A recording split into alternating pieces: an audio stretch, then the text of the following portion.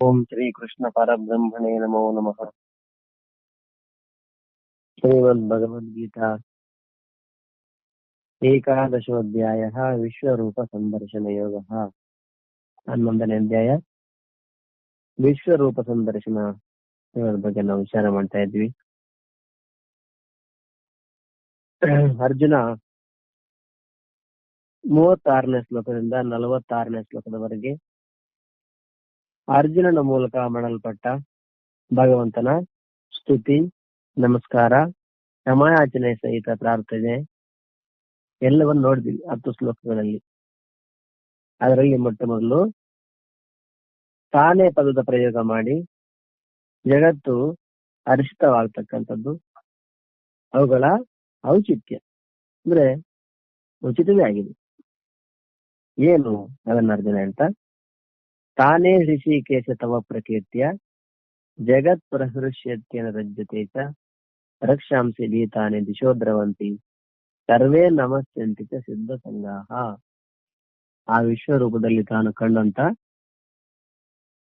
ಘಟನೆಗಳನ್ನ ವರ್ಣನೆ ಮಾಡ್ತಾ ಅರ್ಜುನ, ಹೇ ಅಂತರ್ಯಾಮಿಯೇ, ನಿನ್ನ ನಾಮ, ಗುಣ ಮತ್ತು ಪ್ರಭಾವದ ಕೀರ್ತನೆಯಿಂದ ಜಗತ್ತು ಅತಿ ಹರ್ಷ ಪಡ್ತಾ ಇದೆ ಮತ್ತು ಅನುರಾಗವನ್ನ ಪಡೀತಾ ಇದೆ. ಅರ್ಥಾತ್ ಅನ್ಬಿಟ್ಟಂಗೆ ಇದೆ, ಎಲ್ಲ ನೋಡ್ಕೊಳ್ಳಿ ಒಂದ್ಸರಿ. ಪ್ರೇಮ ವಿಫಲವಾಗ್ತಾ ಇದೆ.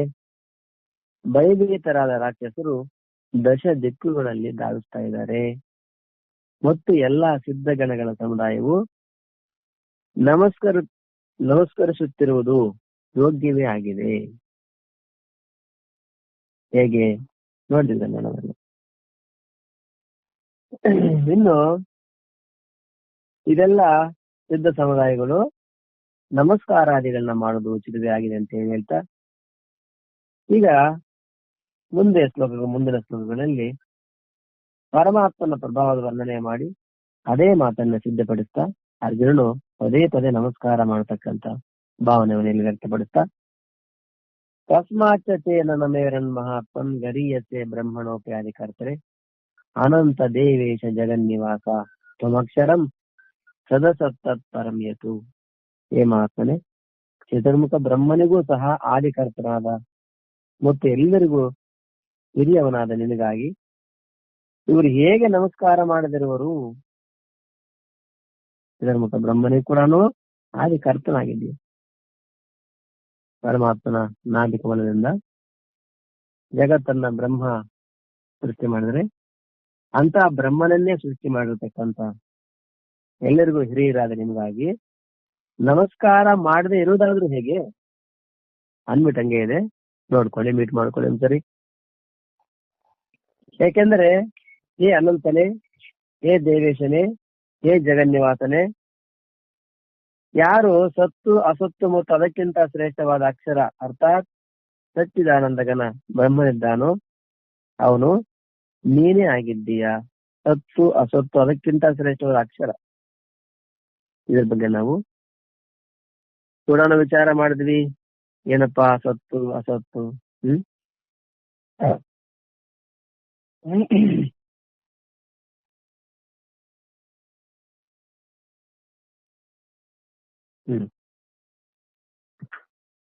ಇಲ್ಲಿ ಎಂದೂ ಅಭಾವವಾಗದೆ ಇರತಕ್ಕಂತ ಅವಿನಾಶಿ ಆತ್ಮವನ್ನಲ್ಲಿ ಸತ್ತು ಎಲ್ಲವನ್ನ ನಾಶವಂತ ನಿತ್ಯ ವಸ್ತುವನ್ನ ಅಸತ್ತು ಅಂತ ಹೇಳ್ತಾರೆ.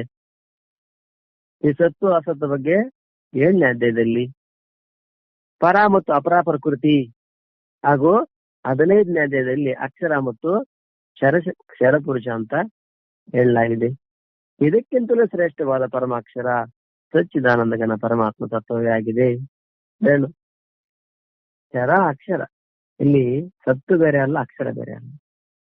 ಸಮಷ್ಟಿಯಾಗಿ ಇಲ್ಲಿ ಅಕ್ಷರ ಸ್ವರೂಪವನ್ನು ವ್ಯಾಖ್ಯಾನ ಮಾಡ್ತಾ ಇದ್ದಾರೆ. ಹಾಗಾಗಿ ಅರ್ಜುನನು ತನ್ನ ನಮಸ್ಕಾರಾದಿ ಔಚಿತ್ಯವನ್ನು ಸಿದ್ಧಪಡಿಸುತ್ತಾ ಇದೆಲ್ಲವೂ ನಿನ್ನದೇ ಸ್ವರೂಪ ಆಗಿದೆ, ಆದ್ದರಿಂದ ನಿನಗೆ ನಮಸ್ಕಾರಾದಿಗಳನ್ನ ಮಾಡುವುದು ಎಲ್ಲ ಪ್ರಕಾರದಿಂದ ಉಚಿತವೇ ಆಗಿದೆ ಅನ್ನೋದನ್ನ ಇಲ್ಲಿ ಹೇಳಿದರು. ಮುಂದೆ ಅರ್ಥ, ತ್ವಮಾದಿದೇವ ಪುರುಷ ಪುರಾಣ ತ್ವಮಸ್ಯ ವಿಶ್ವಸ್ಯ ಪರಂ ನಿಧಾನಂ ವೇತ್ತಾಸಿ ವೇದ್ಯಂಚ ಪರಂಚ ಧಾಮ ತ್ವಯಾತತಂ ವಿಶ್ವಮನಂತ ರೂಪ. ತ್ವಂ ಆದಿದೇವ, ನೀವು ಆದಿದೇವನು, ಮತ್ತು ಸನಾತನ ಪುರುಷನೂ ಆಗಿರುವೆ. ನೀನು ಈ ಜಗತ್ತಿನ ಪರಮ ಆಶ್ರಯ ಮತ್ತು ಅರಿಯುವವನು, ತಿಳಿಯಲು ಯೋಗ್ಯನು ಮತ್ತು ಪರಮಧಾಮವಾಗಿರುವೆ. ಏ ಅನಂತ ರೂಪನೆ, ನಿನ್ನಿಂದ ಎಲ್ಲಾ ಜಗತ್ತು ವ್ಯಾಪ್ತ ಅರ್ಥಾತ್ ಪರಿಪೂರ್ಣವಾಗಿದೆ. ಇದರ ಬಗ್ಗೆ ನಾವು ನೋಡ್ತಾ ಇದ್ವಿ. ನೀನು ಆದಿದೇವ ಮತ್ತು ಸನಾತನ ಪುರುಷನಾಗಿರುವೆ. ಆದಿದೇವನಾಗಿದೆಯಾ, ಸನಾತನ ಪುರುಷನಾಗಿದೆಯಾ ಅಂತ ಹೇಳ್ತಿದ್ದಾರೆ. ಏನಪ್ಪಾ ಇದರ ರಹಸ್ಯ? ಇದರಿಂದ ಭಗವಂತನ ಸ್ತುತಿಯನ್ನು ಮಾಡ್ತಾ ಅರ್ಜುನ, ನೀನು ಸಮಸ್ತ ದೇವತೆಗಳಿಗೂ ಆದಿದೇವನಾಗಿರುವೆ ಮತ್ತು ಎಂದೆಂದಿನಿಂದಲೂ ಮತ್ತು ಸದಾ ಇರುವ ಸನಾತನ ನಿತ್ಯ ಪುರುಷ ಪರಮಾತ್ಮನಾಗಿರುವೆ. ಆದಿದೇವ, ಸನಾತನ ಪುರುಷ. ಆದಿದೇವ, ಸನಾತನ ಪುರುಷ ಬೇರೆ ಬೇರೆ ಅಲ್ಲ. ಇಲ್ಲಿ ಪರಮಾತ್ಮನ ಸ್ತುತಿ ಮಾಡ್ತಾ ಅರ್ಜುನ, ನೀನು ಸಮಸ್ತ ದೇವತೆಗಳಿಗೂ ಆದಿ, ಬ್ರಹ್ಮನಿಗೂ ಕೂಡ ಆದಿ ಹೇಳಿದರು.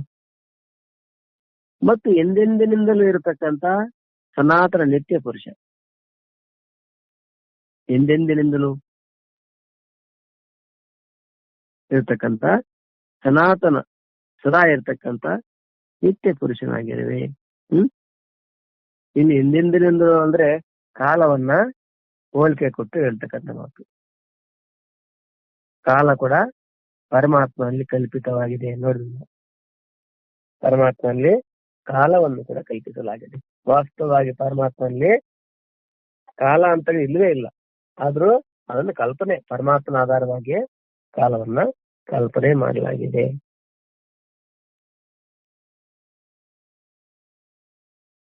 ಕಾಲ ಅಂತಕ್ಕಂಥ ಕಾಲದ ಬಗ್ಗೆ ಕೂಡ ನಾವು ತುಂಬಾನೇ ವಿಚಾರ ಮಾಡಿದ್ವಿ. ಕಾಲ ಅಂತಕ್ಕಂಥದ್ದು ಭೂಮಿ, ಸೂರ್ಯ ಮತ್ತೆ ಭೂಮಿ ತಿರುಗತಕ್ಕಂಥದ್ದು, ಅದರ ಆಧಾರದ ಮೇಲೆ ಕಾಲವನ್ನ ಗಣನೆ ಮಾಡಲಾಗಿದೆ. ಒಂದು ಸುತ್ತು ಬಂದ್ರೆ ಅದು ರಾತ್ರಿ ಅಂತ ಹೇಳಿ, ಸೂರ್ಯ ಸುತ್ತ ತಿರುಗಿ ಬಂದ್ರೆ ಒಂದು ವರ್ಷ ಅಂತ ಹೇಳಿ ಇಲ್ಲನ್ನು ಕಾಲ ನಿರ್ಣಯ ಮಾಡ್ತೀವಿ. ಮತ್ತೆ ಚಂದ್ರನ ಮೇಲೆ ಕಾಲ ಬೇರೆ ಬೇರೆ, ಇನ್ನು ಬೇರೆ ಬೇರೆ ಗ್ರಹಗಳಲ್ಲಿ ಅಲ್ಲಿ ಕಾಲ ಬೇರೆ. ಸೂರ್ಯನ ಹತ್ರ ಯಾವ ಕಾಲ ಇದೆ? ಈಗ ಭೂಮಿಯಲ್ಲಿ ಇವತ್ತು ಸಮಯ ಎಷ್ಟೀಗ? ಈಗ ಸಮಯ 8 ಗಂಟೆ ಆಯ್ತಾ, 7 ಗಂಟೆ 7 ಕಾಲ ಸಮಯ. ಸೂರ್ಯನ ಹತ್ರ ಸಮಯ ಎಷ್ಟು ಅಂದ್ರೆ ಅಲ್ಲಿ ಕಾಲನೇ ಇಲ್ಲವಲ್ಲ, ಸಮಯ ಎಲ್ಲಿದೆ ಅಲ್ಲಿ? ಸೂರ್ಯನ ಹತ್ರ ಯಾವಾಗ ಸಾಯಂಕಾಲ ಆಗುತ್ತೆ ಅಂದ್ರೆ ಸೂರ್ಯನ ಹತ್ರ ಸಾಯಂಕಾಲ ಇಲ್ಲವೇ ಇಲ್ಲ. ಅದು ಕೇವಲ ಭೂಮಿಗೆ ಸಂಬಂಧಪಟ್ಟ ವಿಷಯ. ಬೆಳಗ್ಗೆ ಸಾಯಂಕಾಲ ಅನ್ನೋದು ಇಲ್ಲಿ ಕೇವಲ ಭೂಮಿಯಲ್ಲಿ ಮಾತ್ರ ಅದು ಸಾಯಂಕಾಲ, ಬೆಳಗ್ಗೆ, ಮಧ್ಯಾಹ್ನ ಅನ್ನೋದು. ಸೂರ್ಯನ ಹತ್ರ ಸಾಯಂಕಾಲ ಇದೆಯಾ, ಮಧ್ಯಾಹ್ನ ಇದೆಯಾ? ಏನಿದೆ ಅಂತಂದ್ರೆ ಸೂರ್ಯನ ಹತ್ರ ಯಾವುದೂ ಇಲ್ಲ. ಹಾಗಾಗಿ ಅಲ್ಲಿ ಯಾವ ಡೇಟ್ ಅಂತ ಹೇಳ್ತೀರಿ? ಸೂರ್ಯನ ಮೇಲೆ ಹೋಗಿ ಇವತ್ತು ಡೇಟ್ ಇಷ್ಟು.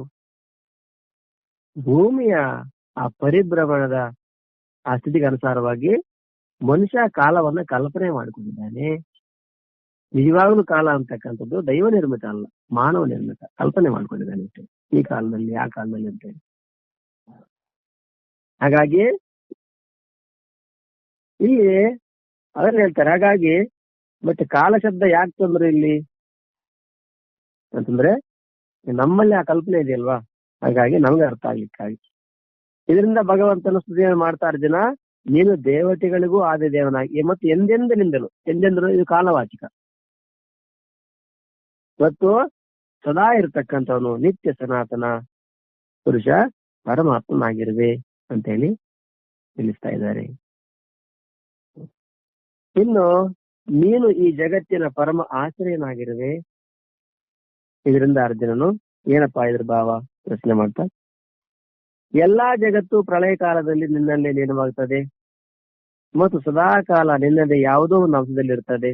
ಅದಕ್ಕಾಗಿ ನೀನು ಇದರ ಪರಮ ಆಶ್ರಯನಾಗಿದ್ದೀಯೇ ಎಂಬ ಭಾವವನ್ನು ತೋರಿಸಿದ್ದಾರೆ.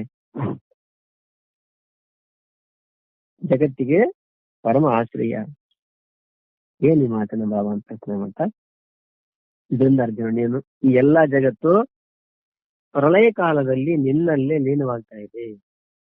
ಪ್ರಳಯದಲ್ಲಿ ನಿನ್ನಲ್ಲೇ ಲೀನವಾಗ್ತಾ ಇದೆ ಜಗತ್ತಿಗೆ. ಮತ್ತು ಸದಾಕಾಲ ನಿನ್ನದೇ ಯಾವುದೋ ಒಂದು ಅಂಶದಲ್ಲಿ ಇರ್ತದೆ. ದಾತ ಯಥಾ ಪೂರ್ವಮ ಕಲ್ಪಯತ್. ಸೃಷ್ಟಿಯನ್ನ ಪರಮಾತ್ಮ ಪ್ರಳಯ ಕಾಲದಲ್ಲಿ ಲೀನವಾದ ಸೃಷ್ಟಿಯನ್ನ ಬೀಜ ರೂಪದಲ್ಲಿ ಹಾಗೆ ಇದ್ದು ಮತ್ತೆ ಸೃಷ್ಟಿಯ ಪ್ರಾರಂಭದಲ್ಲಿ ಯಥ ಹೇಗಿದೆಯೋ ಹಾಗೆ ಪೂರ್ವಂ ಅಕಲ್ಪಯತ್ ಮತ್ತೆ ಅದನ್ನ ಸೃಷ್ಟಿ ಮಾಡ್ತಾನೆ. ದಾತ ಯಥಾ ಪೂರ್ವಂ ಅಕಲ್ಪಯತ್. ಪ್ರಳಯ ಕಾಲದಲ್ಲಿ ನಿನ್ನಲ್ಲೇ ಏನಾಗ್ತದೆ, ಮತ್ತೆ ಸೃಷ್ಟಿ ಆರಂಭದಲ್ಲಿ ಮತ್ತೆ ನಿನ್ನಿಂದಲೇ ಎಲ್ಲ ಸೃಷ್ಟಿ ಕೂಡ. ಹಾಗಾಗಿ ಸದಾಕಾಲ ನಿನ್ನದೇ ಯಾವುದೋ ಒಂದು ಅಂಶದಲ್ಲಿ ಇರ್ತದೆ. ಈ ಪ್ರಳಯ ಆಗೋಯ್ತಪ್ಪ, ಎಲ್ಲ ಪ್ರಳಯ ಆಗಾಯ್ತು. ಮತ್ತೆ ಆಮೇಲೆ ಬೀಜ ಹೇಗೆ, ಧಾನ್ಯ ಎಲ್ಲವನ್ನು ತಿಂದ್ಬಿಟ್ವಿ, ಮತ್ತೆ ಮತ್ತೆ ಅದು ಬೀಜ ಹೇಗೆ, ಮತ್ತೆ ಬೀಜ ಹಾಕಿದ್ರೆ ತಾನೇ ಮೊಳಕೆ ಬರೋದು, ಮತ್ತೆ ಬೆಳೆ ಆಗೋದು. ಅಂದ್ರೇನು, ಬೀಜ ರೂಪವಾಗಿ ನಿನ್ನಲ್ಲೇ ಪ್ರಳಯದಲ್ಲೂ ಕೂಡ ಹಂಗೆ ಇರ್ತದೆ. ಮತ್ತು ಅದಕ್ಕೆ ನೀನೇ ಆಶ್ರಯನಾಗಿದೆಯಾ ಕಾಪಾಡ್ತಕ್ಕಂಥದ್ದು, ಮತ್ತೆ ಸಂದರ್ಭ ಬಂದಾಗ ಅದನ್ನ ಪ್ರಕಟ ಮಾಡ್ತಕ್ಕಂಥದ್ದು ಕೂಡ ನೀನೆ. ಹಾಗಾಗಿ ಸದಾಕಾಲ ನಿನ್ನದೇ ಒಂದು ಅಂಶದಲ್ಲಿ ಇರ್ತದೆ ಈ ಜಗತ್ತು. ಅದಕ್ಕಾಗಿ ನೀನೇ ಅದಕ್ಕೆ ಪರಮ ಆಶ್ರಯನಾಗಿದ್ದೀಯಾ. ಆಶ್ರಯ ಅಂತ ಒಬ್ಬರು ಬೇಕೇ ಬೇಕಲ್ವೇ? ನಮ್ಗೆ ಗೊತ್ತಿಲ್ಲ ಇರ್ಬೋದು. ಒಂದು ಆಶ್ರಯ ಇಲ್ಲ ಅಂತಂದ್ರೆ ಇಷ್ಟೊಂದು ಪ್ರಳಯಗಳಾದ್ರೂ, ಇಷ್ಟೊಂದು ಏನೆಲ್ಲ ಆದ್ರೂ ಇನ್ನೂ ಎಲ್ಲ ಮುಂದೆ ಇದಾರಲ್ಲ. ಹಾಗಾಗಿ ಇದನ್ನು ರಕ್ಷಣೆ ಮಾಡ್ತಕ್ಕಂಥ ಒಬ್ಬರು ಇದ್ದಾರೆ ಅಂತ ಹೇಳಿ ನಾವು ಅನುಮಾನ ಪ್ರಮಾಣದಿಂದ ನೋಡಬಹುದಾಗಿದೆ. ಇನ್ನು ವೇತ್ತ, ಈ ಪದದ ಅಭಿಪ್ರಾಯವೇನು ಅಂತ ಹೇಳ್ತಾ, ನೀನೇ ಈ ಭೂತ ವರ್ತಮಾನ ಮತ್ತು ಭವಿಷ್ಯ ಸಮಸ್ತ ಜಗತ್ತನ್ನ ಯಥಾರ್ಥವಾಗಿ ಹಾಗೂ ಪೂರ್ಣ ರೂಪದಿಂದ ತಿಳಿಯುವವನು, ಎಲ್ಲರ ನಿತ್ಯ ದ್ರಷ್ಟ ಆಗಿರುವೆ. ಆದ್ದರಿಂದ ನೀನು ಸರ್ವಜ್ಞನಾಗಿದ್ದೀಯೇ.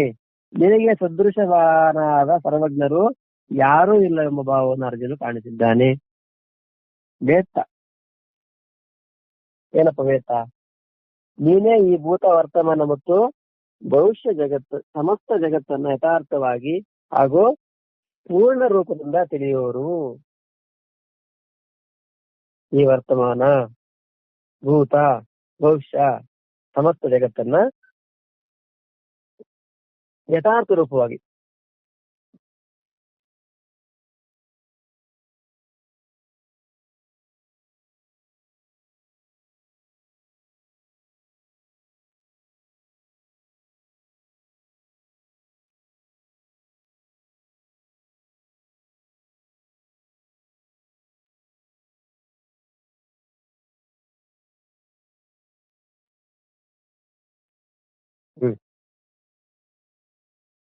ನೀನೇ ಈ ಭೂತ ವರ್ತಮಾನ ಮತ್ತು ಭವಿಷ್ಯ ಸಮಸ್ತ ಜಗತ್ತನ್ನ ಯಥಾರ್ಥ ಹಾಗೂ ಪೂರ್ಣ ರೂಪದಿಂದ ತಿಳಿಯುವವನು, ಎಲ್ಲರ ನಿತ್ಯ ದ್ರಷ್ಟ ಆಗಿರುವೆ. ಆದ್ರಿಂದ ನೀನು ಸರ್ವಜ್ಞನಾಗಿದ್ದೀಯ. ನಿನಗೆ ಸದೃಶರಾದ ಸರ್ವಜ್ಞರು ಯಾರೂ ಇಲ್ಲ ಎಂಬ ಭಾವವನ್ನು ಅರ್ಜುನನು ಕಾಣಿಸಿದ್ದಾನೆ. ವೇತ್ತ ಅಂದ್ರೆ ತಿಳಿಯುವವನು, ವಿದಜ್ಞಾನೆ. ವೇದ ಶಬ್ದಗಳನ್ನು ವಿದಜ್ಞಾನೆ ಅನ್ನೋ ಧಾತುವಿನಿಂದ ಉತ್ಪನ್ನ, ಆದ್ರಿಂದ ಬಂದಿದ್ದೆ ವೇತ್ತ. ಇಲ್ಲಿ ವೇದ ಅಂತಂದ್ರೆ ಜ್ಞಾನ, ತಿಳಿಯುವವನು ವೇತ್ತ. ನೀನೇ ಈ ಭೂತ ವರ್ತಮಾನ ಮತ್ತು ಭವಿಷ್ಯದ ಸಮಸ್ತ ಜಗತ್ತನ್ನ ಯಥಾರ್ಥ ರೂಪದಿಂದ ಪೂರ್ಣ ರೂಪದಿಂದ ತಿಳಿಯುವವನು. ನೋಡಿ, ಈ ಭೂತ ವರ್ತಮಾನ ಭವಿಷ್ಯ ಈ ಸಮಸ್ತ ಜಗತ್ತು ಯಥಾರ್ಥ ರೂಪದಿಂದ ಅಂದ್ರೆ ಏನು? ಜಗತ್ತು ಅಂದ್ರೆ ಏನು? ಅದು ಭೂತದಲ್ಲಿ, ವರ್ತಮಾನದಲ್ಲಿ, ಭವಿಷ್ಯದಲ್ಲಿ ಕೂಡ ಜಗತ್ತು ಅಂದ್ರೆ ಏನು? ಅದನ್ನ ಯಥಾರ್ಥ ರೂಪದ, ಯಥಾರ್ಥ ಹಾಗೂ ಪೂರ್ಣ ರೂಪ, ಯಥಾರ್ಥವಾಗಿ ಪೂರ್ಣವಾಗಿ ತಿಳಿತಕ್ಕಂಥವನಾಗಿದ್ದೀಯ. ಯಥಾರ್ಥವಾಗಿ ತಿಳಿಯತಕ್ಕಂಥದ್ದೇನು? ಯಥಾರ್ಥ ರೂಪದಿಂದ ಪೂರ್ಣ ರೂಪದಿಂದ ಒಂದೇ ಮಾತೆ. ಒಂದು ವಸ್ತುವಿನ ಜ್ಞಾನ ಇದೆ ನಮ್ಗೆ, ಆದ್ರೆ ಅದು ಯಥಾರ್ಥವಾಗಿದೆಯಾ ಭ್ರಾಂತಿ ಜ್ಞಾನ ಕೂಡ ಆಗಿರ್ಬೋದು. ಈಗ ಬಂಗಾರ ಇದೆ, ಬಂಗಾರವನ್ನ ಬಂಗಾರ ಅಂತ ತಿಳಿಯೋದೇ ಯಥಾರ್ಥ ಜ್ಞಾನ, ಪೂರ್ಣ ರೂಪದಿಂದ ತಿಳಿಯತಕ್ಕಂಥದ್ದು. ಒಂದ್ ವೇಳೆ ಬಂಗಾರವನ್ನ ರೋಲ್ಡ್ಗಳನ್ನ ತಿಳ್ಕೊಂಡ್ರೆ ಅದು ಯಥಾರ್ಥವಾದ ಜ್ಞಾನನಲ್ಲ, ಪೂರ್ಣ ರೂಪವಾದ ಜ್ಞಾನ ಕೂಡ ಅಲ್ಲ. ಅದೇ ರೋಲ್ಡ್ಗಳಿದೆ, ಅದನ್ನ ರೋಲ್ಡ್ಗಳನ್ನ ತಿಳ್ಕೊಳ್ಳೋದು ಕೂಡ ಯಥಾರ್ಥವಾದ ಜ್ಞಾನವೇ, ಪೂರ್ಣ ರೂಪವಾದ ಜ್ಞಾನವೇ.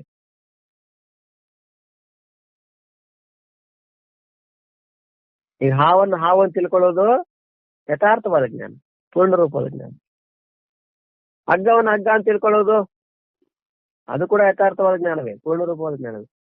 ಆದ್ರೆ ಹಾವನ್ನ ಹಗ್ಗವನ್ನು ತಿಳ್ಕೊಂಡ್ರೆ ಅದು ಭ್ರಾಂತಿಯಿಂದ ಉಂಟಾದ ಜ್ಞಾನ, ಅದು ಪೂರ್ಣ ಜ್ಞಾನ ಅಲ್ಲ. ಅದು ಯಥಾರ್ಥವಾದ ಜ್ಞಾನ ಅಲ್ಲ. ಹಾವನ್ನು ತಿಳ್ಕೊಳ್ಳೋದೇ ಪೂರ್ಣ ಜ್ಞಾನ, ಹಗ್ಗವನ್ನು ಹಗ್ಗ ಅಂತ ತಿಳ್ಕೊಳ್ಳೋದು ಕೂಡ ಪೂರ್ಣ ಜ್ಞಾನನೇ, ಯಥಾರ್ಥವಾದ ಜ್ಞಾನನೇ. ಹಾಗೆ ಜಗತ್ತನ್ನ ಪೂರ್ತಿ ಪೂರ್ಣ ರೂಪದಿಂದ ತಿಳ್ಕೊಳ್ಳೋದು ಯಾರು? ನೀನೇ ವೇತ್ತ, ನಿನಗೆ ಗೊತ್ತಿದೆ ಜಗತ್ತಂದ್ರೆ ಏನು ಅಂತ. ಇನ್ನು ಯಾವ್ಯಾವ ರೂಪದಿಂದ ತಿಳ್ಕೊಂತ ಇರ್ತೀವಿ ಜಗತ್ತನ್ನು. ನಿತ್ಯವನ್ನೇ ಅನಿತ್ಯ ಅಂತ ತಿಳ್ಕೊತೀವಿ, ಅನಿತ್ಯವನ್ನೇ ನಿತ್ಯ ಅಂತ ತಿಳ್ಕೊತೀವಿ, ಸತ್ಯವನ್ನ ಸುಳ್ಳನ್ನ ಸತ್ಯ ಅಂತೇಳಿ ನೋಡ್ತಿರ್ತೀವಿ ನಾವೆಲ್ಲ ಕೂಡ.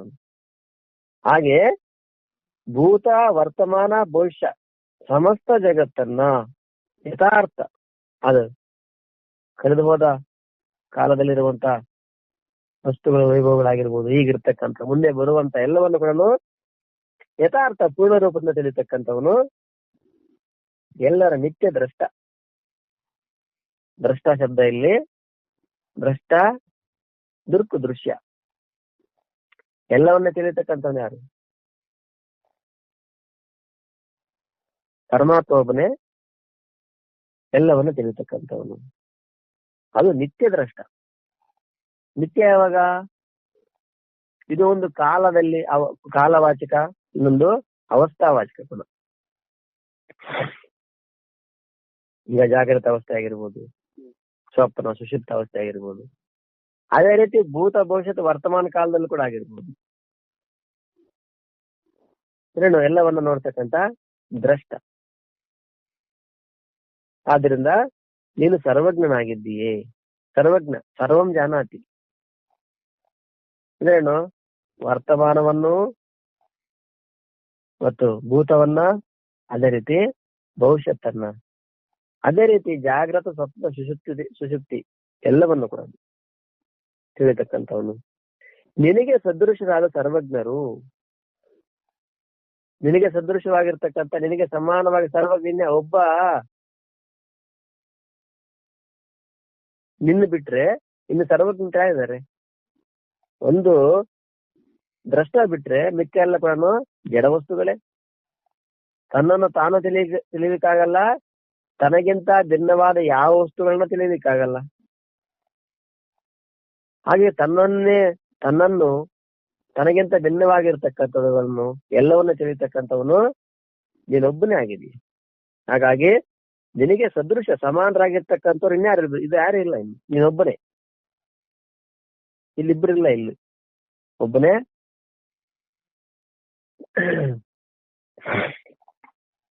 ಹಾಗಾಗಿ ನಿನಗೆ ಸದೃಶರಾದ ಸರ್ವಜ್ಞರು ಯಾರು ಇಲ್ಲ ಎಂಬ ಭಾವವನ್ನು ಅರ್ಜುನು ಇಲ್ಲಿ ಕಾಣಿಸ್ತಾ ಇದ್ದಾನೆ, ತೋರಿಸ್ತಾ ಇದ್ದಾನೆ. ಇನ್ನು ವೇದ್ಯಂ, ಈ ಪದದಿಂದ ಅರ್ಜುನನು ಯಾವುದು ತಿಳಿಯಲು ಯೋಗ್ಯವಾಗಿದೆಯೋ, ಯಾವುದನ್ನು ತಿಳಿಯುವುದು ಮನುಷ್ಯ ಜನ್ಮದ ಪರಮ ಉದ್ದೇಶವಾಗಿದೆಯೋ, 13ನೇ ಅಧ್ಯಾಯದಲ್ಲಿ 12ರಿಂದ 17ನೇ ಶ್ಲೋಕದವರೆಗೆ ಯಾವ ಜ್ಞೇಯ ತತ್ವದ ವರ್ಣನೆ ಮಾಡಲಾಗಿದೆಯೋ ಅಂತಹ ಸಾಕ್ಷಾತ್ ಪರಬ್ರಹ್ಮ ಪರಮೇಶ್ವರ ನೀನೇ ಆಗಿರುವೆ ಅನ್ನೋ ಭಾವನೆಯನ್ನು ಇಲ್ಲಿ ದರ್ಶಿಸ್ತಾ ಇದ್ದಾರೆ. ವೇದ್ಯಂ, ಇದು ಕೂಡ ವೇತ್ತ, ವೇದ್ಯ, ವಿದಜ್ಞಾನಿ. ಇದರಿಂದ ಅರ್ಜುನ ಯಾವುದು ತಿಳಿಯಲು ಯೋಗ್ಯವಾಗಿದೆಯೋ, ತಿಳಿಲಿಕ್ಕೆ ಯೋಗ್ಯವಾಗಿರ್ತಕ್ಕಂಥದ್ದು, ಯಾವುದನ್ನ ತಿಳಿಯುವುದು ಮನುಷ್ಯ ಜನ್ಮದ ಪರಮ ಉದ್ದೇಶವಾಗಿದೆಯೋ, ಹಿಂದೆ ಕೊಯ್ದರ ಬಗ್ಗೆ ನಾವು ವ್ಯಾಖ್ಯಾನ ಮಾಡ್ತೀವಿ. ಏನೆಲ್ಲ ತಿಳುವಳಿಕೆ ಇರಬಹುದು ಮನುಷ್ಯನಿಗೆ, ಆದ್ರೆ ಯಾವುದನ್ನ ತಿಳ್ಕೊಂಡ್ರೆ ಈ ಮನುಷ್ಯ ಜನ್ಮದ ಪರಮ ಉದ್ದೇಶ ಅಂತಕ್ಕಂಥದ್ದು ಪೂರ್ತಿ ಆಗ್ತದೋ. ಬೇರೆ ಏನೆಲ್ಲ ಜ್ಞಾನ ಇರ್ಬೋದು ಮನುಷ್ಯನಿಗೆ, ಆದ್ರೆ ಅವೆಲ್ಲ ತಿಳ್ಕೊಳ್ಳೋದ್ರಿಂದ ಜೀವನ ಸಾರ್ಥಕ ಆಗತ್ತೆ ಅಂದ್ರೆ ಏನೋ ಹೊಟ್ಟೆಗೆ ನಡೀಬಹುದು. ಎಲ್ಲರೂ ಮಾಡೋದು ಹೊಟ್ಟೆಗಾಗಿ, ಗೇಣು ಬಟ್ಟೆಗಾಗಿ. ಎಲ್ಲಾ ವಿದ್ಯೆಗಳು ತಿಳಿಗಲ್ಲ ಮತ್ತೆ. ಕೋಟಿ ವಿದ್ಯೆಗಳು ಊಟಿ ಕೊರಕೆ. ಎಲ್ಲಾ ವಿದ್ಯೆಗಳು ಹೊಟ್ಟೆ ಪಾಡಿಗಾಗಿ ಅಂತ ಹೇಳ್ತಾರೆ. ಆದ್ರೆ ಇಲ್ಲಿ ಅದಕ್ಕೆ ಸಂಬಂಧಪಟ್ಟ ಬೇರೆ ಬೇರೆ ಜ್ಞಾನ ಇರಬಹುದು. ಆದ್ರೆ ಇಲ್ಲಿ ಯಾವುದನ್ನ ತಿಳಿಯೋದ್ರಿಂದ ಮನುಷ್ಯ ಜನ್ಮದ ಪರಮ ಉದ್ದೇಶ ಪೂರ್ತಿ ಆಗ್ತದೋ, ಯಾವುದು ತಿಳಿಯಲು ಯೋಗ್ಯವಾಗಿದೆಯೋ ಅಂದ್ರೆ ಏನು, ತಿಳಿಲಿಕ್ಕೆ ಎಷ್ಟೆಲ್ಲ ಇದಾವೆ ಆದ್ರೆ ಯೋಗ್ಯವಾಗಿರ್ತಕ್ಕಂಥದ್ದು. ಯಾಕೆ ಒಂದನ್ನು ತಿಳ್ಕೊಂಡ್ರೆ ಇನ್ನು ಯಾವ್ದನ್ನ ತಿಳಿಯಬೇಕಾಗಿಲ್ಲವು, ಅತ್ಯಂತ ಯೋಗ್ಯವಾಗಿರ್ತಕ್ಕಂಥದ್ದು. ಇವ್ರೆ ಎಷ್ಟೆಲ್ಲ ತಿಳ್ಕೊಂಡಿದ್ರು ಹಂಗಾರೆ ಇವೆಲ್ಲ ಯೋಗ್ಯವಲ್ಲ ಅಂತಲ್ಲ, ಆದ್ರೆ ತಿಳ್ಕೊಂಡ್ವಲ್ಲ. ಎಲ್ಲಾರು ಮಾಡೋದು ಹೊಟ್ಟಿಗಾಗಿ, ಗೇಣು ಬಟ್ಟೆಗಾಗಿ, ಅದಕ್ಕಲ್ಲ. ಆದ್ರೆ ಇಲ್ಲೇನು, ಯಾವ್ದೊಂದನ್ನು ತಿಳ್ಕೊಂಡ್ರೆ ಎಲ್ಲವನ್ನು ತಿಳ್ಕೊಳ್ಳಂಗಾಗ್ತದೋ, ಯಾವ್ದನ್ನ ತಿಳಿಯುವುದು ಮನುಷ್ಯ ಜನ್ಮದ ಪರಮ ಉದ್ದೇಶವಾಗಿದೆ. ಅದೇ ಅದನ್ನ ತಿಳ್ಕೊಳ್ಳಿಕ್ಕಾಗಿಯೇ ಮನುಷ್ಯ ಜನ್ಮ ಬಂದಿದೆಯಂತೆ. ಅದನ್ನ ತಿಳ್ಕೊಳ್ಳಿಕ್ಕಾಗಿಯೇ ಈ ಮನುಷ್ಯ ಜನ್ಮ ಬಂದಿದೆ.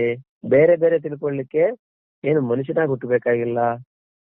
ಸಾಮಾನ್ಯ ಪಶು ಪ್ರಾಣಿ ಪಕ್ಷಿಗಳನ್ನು ಹುಟ್ಟಿಕೊಂಡು ಈ ಲೋಕದಲ್ಲಿ ಎಲ್ಲವನ್ನ ಅನುಭವಿಸಬಹುದು, ಎಲ್ಲವನ್ನ ಏನೇನ್ ಬೇಕಾದ್ರೂ ಮಾಡ್ಬೋದು. ಆದ್ರೆ ಇಲ್ಲಿ ಮನುಷ್ಯ ಜನ್ಮದ ಪರಮ ಉದ್ದೇಶ ಅದಕ್ಕೆ ಸಂಬಂಧಪಟ್ಟಂತೆ 13ನೇ ಅಧ್ಯಾಯದಲ್ಲಿ 12ನೇ ಶ್ಲೋಕದಿಂದ 17ನೇ ಕ್ಷೇತ್ರಜ್ಞ ವಿಭಾಗ ಯೋಗ 12ನೇ ಶ್ಲೋಕದಿಂದ 17 ಶ್ಲೋಕದವರೆಗೆ ಯಾವ ಜ್ಞೇಯ ತತ್ವದ ವರ್ಣನೆ ಮಾಡಲಾಗಿದೆಯೋ ಮುಂದೆ ನೋಡ್ತೀವಿ ನಾವು. ಜ್ಞೇಯ, ಜ್ಞಾನ, ಜ್ಞೇಯ, ಜ್ಞಾತೃ, ಜ್ಞಾನ, ಜ್ಞೇಯ ಅಂತಹ ಸಾಕ್ಷಾತ್ ಪರಬ್ರಹ್ಮ ಪರಮೇಶ್ವರ ನೀನೇ ಆಗಿರುವೆ. ಮುಂದೆ 13ನೇ ಅಧ್ಯಾಯದಲ್ಲಿ ಕ್ಷೇತ್ರಜ್ಞ ವಿಭಾಗ ಬರ್ತದೆ. ಅಲ್ಲಿ ನಾವು ನೋಡ್ತೀವಿ ಅಂತ ಸಾಕ್ಷಾತ್ ಪರಬ್ರಹ್ಮ ಪರಮೇಶ್ವರ ನೀನೇ ಆಗಿರುವೆ ಅನುಭವವನ್ನು ಇಲ್ಲಿ ತೋರಿಸ್ತಾ ಇದ್ದಾರೆ. ಇನ್ನು ಪರಮಂ ವಿಶೇಷಣ ಸಹಿತ ಧಾಮ ಪದದ ಅಭಿಪ್ರಾಯ ಏನು? ಇದರಿಂದ ಅರ್ಜುನನು ಯಾವುದು ಮುಕ್ತ ಪುರುಷರ ಪರಮಗತಿಯಾಗಿದೆಯೋ, ಯಾವುದನ್ನ ಪ್ರಾಪ್ತಿ ಮಾಡಿಕೊಂಡು ಮನುಷ್ಯನು ಮರಳಿ ಹುಟ್ಟಿ ಬರುವುದಿಲ್ಲವೋ ಅಂತಹ ಸಾಕ್ಷಾತ್ ಪರಮಧಾಮ ನೀನೇ ಆಗಿರುವೆ ಎಂಬ ಭಾವವನ್ನು ತೋರಿಸಲಾಗಿದೆ. ಪರಮಂ ವಿಶೇಷಣ ಸಹಿತ ಧಾಮ ಅಭಿಪ್ರಾಯ ಅಂತ ಹೇಳ್ತಾ, ಯಾವುದು ಮುಕ್ತ ಪುರುಷರ ಪರಮಗತಿ, ಪರಮಧಾಮ, ಪರಂಚಧಾಮ ತ್ವಯಾ ತತಂ ವಿಶ್ವಮನಂತ ರೂಪ. ಹಾಗಾಗಿ ಇಲ್ಲಿ ಪರಮಧಾಮ. ಇದರಿಂದ ಅರ್ಜುನ ಯಾವುದು ಮುಕ್ತ ಪುರುಷರ ಪರಮಗತಿ, ಮುಕ್ತ ಪುರುಷರಿಗೆ ಯಾವುದು ಪರಮಗತಿಯಾಗಿದೆ, ಯಾವುದನ್ನ ಪ್ರಾಪ್ತಿ ಮಾಡಿಕೊಂಡು ಮನುಷ್ಯ ಮರಳಿ ಹುಟ್ಟಿ ಬರುವುದಿಲ್ಲವೋ, ಯಾವುದನ್ನ ಪ್ರಾಪ್ತಿ ಮಾಡಿಕೊಂಡು ಮನುಷ್ಯ ಮತ್ತೆ ಹುಟ್ಟಿ ಬರೋದಿಲ್ವೋ ಅಂತಹ ಸಾಕ್ಷಾತ್ ಪರಮಧಾಮ ನೀನೇ ಆಗಿರ್ಬೇಕು. ಅಂದ್ರೆ ಯಾವ್ದೊಂದನ್ನ ಪ್ರಾಪ್ತಿ ಮಾಡ್ಕೊಂಡ್ರೆ ಮನುಷ್ಯ ಹುಟ್ಟಿ ಬರೋದಂದ್ರೆ ಏನಪ್ಪಾ, ಹುಟ್ಟಿ ಬರೋದು ಮತ್ತೆ ಜನನಮರಣ ಪ್ರವಾಹದಲ್ಲಿ ಅದಕ್ಕೆ ಸಂಬಂಧಪಟ್ಟ ವಿಕಾರಗಳಲ್ಲಿ ಸಿಗಾಕೊಳ್ಳುವಂತ ವಿಧಾನ, ಇದರಿಂದ ಮುಕ್ತರಾಗುವಂತ, ಅರ್ಥಾತ್ ಸಾಕ್ಷಾತ್ ಆ ಪರಮಧಾಮ ನೀನೇ ಆಗಿರ್ಬೇಕು. ಇನ್ನು ಅನಂತ ರೂಪ ಸಂಬೋಧನೆಯ ಭಾವ ಏನಂತ ಹೇಳ್ತಾ, ಯಾವ ಸ್ವರೂಪವು ಅನಂತ ಅರ್ಥಾತ್ ಅಸಂಖ್ಯವಾಗಿದೆಯೋ ಅವರನ್ನ ಅನಂತ ರೂಪ ಅಂತ ಹೇಳ್ತಾರೆ. ಆದ್ರಿಂದ ಈ ಹೆಸರಿನಿಂದ ಸಂಬೋಧನೆಗೈದು ಅರ್ಜುನನು ನಿನ್ನ ರೂಪವು ಅಸೀಮ ಮತ್ತು ಅಗಣಿತವಾಗಿದೆ, ಅದನ್ನು ಯಾರು ಪೂರ್ಣವಾಗಿ ತಿಳಿಯಲಾರರು, ಯಾರು ಹಾಗೋ ಪಡೆಯಲಾರರು ಎಂಬ ಭಾವವನ್ನ ತೋರಿಸಿದ್ದಾನೆ. ಅನಂತ ರೂಪ, ಪರಮಾತ್ಮ ರೂಪಗಳು ಅನಂತ, ಒಂದಲ್ಲ ಎರಡಲ್ಲ, ಎಲ್ಲ ಕೂಡ ಅನಂತ ರೂಪ. ಆ ರೂಪಗಳಿಗೆ ಇಷ್ಟು ಅಷ್ಟ ಆದಿ ಅಂತ ಇಲ್ವೇ ಇಲ್ಲ, ಅಷ್ಟು. ಯಾರ ಸ್ವರೂಪ ಅನಂತ ಅರ್ಥಾತ್ ಅಸಂಖ್ಯವಾಗಿದೆಯೋ ಅಂದ್ರೆ ಸಂಖ್ಯೆಗೆ ನಿಲುಕದೇ ಇದೆಯೋ ಅವೆಲ್ಲ ಕೂಡ ವಿಶ್ವರೂಪ ಸಂದರ್ಶನ ಯೋಗ ಅಂದ್ರೆ ವಿಶ್ವದಲ್ಲಿ ಕಾಣುವಂತ ಎಲ್ಲ ಕೂಡ ಪರಮಾತ್ಮನ ಸ್ವರೂಪವೇ. ಎಲ್ಲ ಕೂಡ ಹೇಗೆ ಒಬ್ಬ ಮನುಷ್ಯ, ಒಬ್ಬ ಸಾಧಕನಾದವನು ನನ್ನ ಸ್ವರೂಪ ಆತ್ಮಸ್ವರೂಪ ಅಂತ ತಿಳ್ಕೊತಾನೆ. ಎಲ್ರು ಕೂಡ ಆತ್ಮಸ್ವರೂಪರೇ, ಆದ್ರೆ ಆ ಜ್ಞಾನ ಅವ್ರಿಗೆ ಇಲ್ಲದೆ ಇರಬಹುದು. ಒಬ್ಬ ಜ್ಞಾನಿ ಇದ್ದಾನೆ, ಅಜ್ಞಾನಿ ಇದ್ದಾನೆ. ಅಜ್ಞಾನಿಗೂ ಜ್ಞಾನಿಗೂ ವ್ಯತ್ಯಾಸ ಏನಪ್ಪ ಅಂದ್ರೆ ಏನು ವ್ಯತ್ಯಾಸ ಇಲ್ಲ. ಜ್ಞಾನಿ ಆದವನಿಗೆ ನನ್ನ ಸ್ವರೂಪ ಏನು ಅಂತ ಗೊತ್ತಿದೆ, ಇವ್ರಿಗೆ ಗೊತ್ತಿಲ್ಲ, ಅಷ್ಟೇ ವ್ಯತ್ಯಾಸ. ಇನ್ನೇನು ಅವ್ರಿಗೆ ಜ್ಞಾನ ಬಂದ್ರೆ 2 ಕೋಡ್ ಬರುತ್ತೆ, ಕೊಂಬು ಬರುತ್ತೆ, ಅಥವಾ ಇನ್ನೇನು ಮಾಡ್ಬಿಡ್ತಾರೆ, ಅಥವಾ ಸೂರ್ಯನ ತರ ಹಂಗೆ ಬೆಳಗಿ ಬಿಡ್ತಾರೆ. ಜ್ಞಾನ ಉಂಟಾದ್ರೆ ಸೂರ್ಯನ ತರ ಹಾಗೆ ಹಂಗೆ ಬೆಳೀತಾರಂತೆ. ಆ ಬೆಳಗೋದವೆಲ್ಲ ಕೂಡ ಆತ್ಮ ಸಂಬಂಧಪಟ್ಟದ್ದಲ್ಲ, ಇದು ಜ್ಞಾನ ಸ್ವರೂಪ. ಪ್ರಕಾಶ ಅಂದ್ರೆ ಇಲ್ಲಿ ಬೆಳಕು ರೂಪ, ಸೂರ್ಯ ಚಂದ್ರ ಅಗ್ನಿಯ ತರ ಪ್ರಕಾಶ ಅಲ್ಲ, ಇದು ಜ್ಞಾನ ರೂಪವಾದ ಪ್ರಕಾಶ. ಹಾಗಾಗಿ ಇಲ್ಲಿ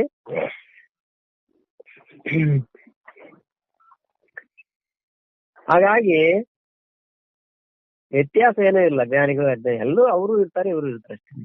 ಅವ್ರಿಗೆ ಗೊತ್ತಿರ್ತದೆ ನಾನು ಅಂತಂದ್ರೆ ಅಂತ, ಇವ್ರಿಗೆ ಗೊತ್ತಿಲ್ಲ, ಅಷ್ಟೇ ವ್ಯತ್ಯಾಸ, ವ್ಯತ್ಯಾಸ ಇಲ್ಲ.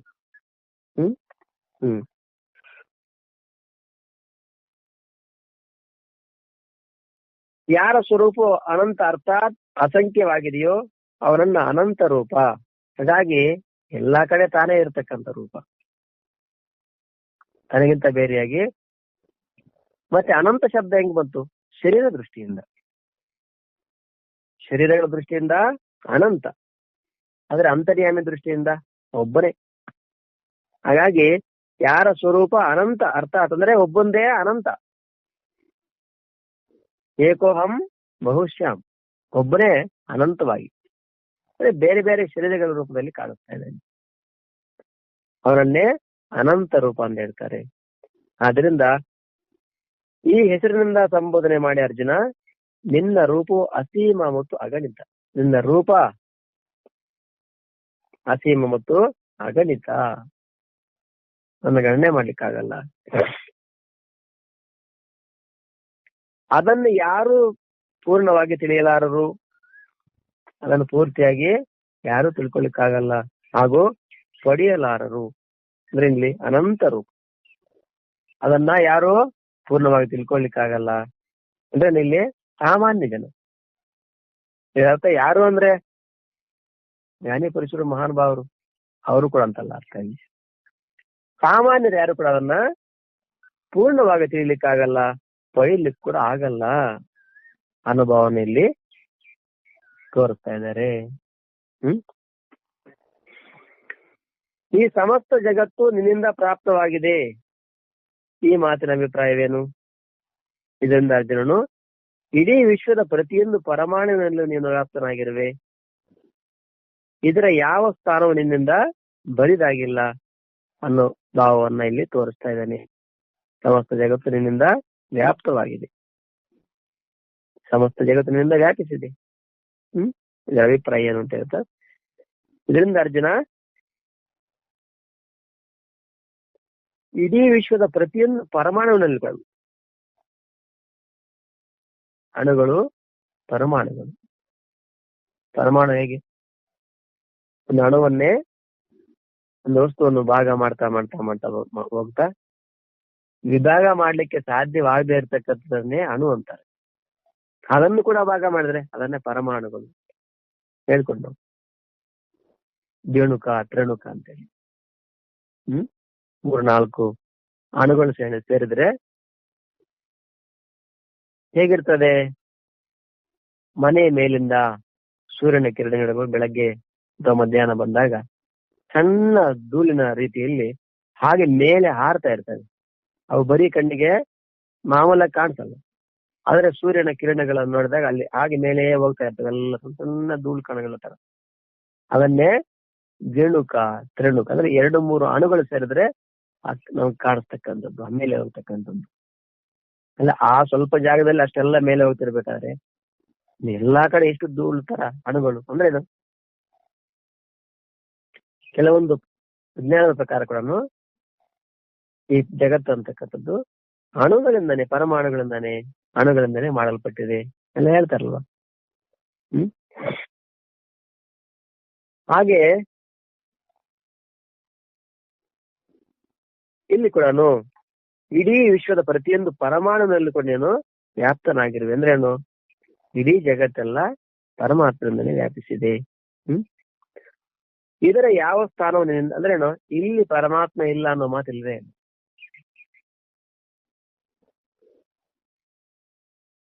ಇದರ ಯಾವ ಸ್ಥಾನವನ್ನಿಂದ ಬರಿದ ಅಂದ್ರೆ ನೀನ್ ಎಲ್ಲೇ ಇರ್ತಕ್ಕಂಥ ಜಾಗ ಇಲ್ವೇ ಇಲ್ಲ ಎಂಬ ಭಾವವನ್ನು ಇಲ್ಲಿ ತೋರಿಸ. ಅಂದ್ರೆ ಏನು? ಸಮಸ್ತ ಜಗತ್ತು ನಿನ್ನಿಂದ ವ್ಯಾಪಿಸಿದೆ, ಇಂಥ ಕಾರಣ ನೀನಿಲ್ಲ ಅನ್ನೋ ಮಾತೇ ಇಲ್ಲ. ಪ್ರತಿ ಪರಮಾಣುವಿನಲ್ಲಿ ಕೂಡ ನೀನು ವ್ಯಾಪಿಸಿದೀಯ.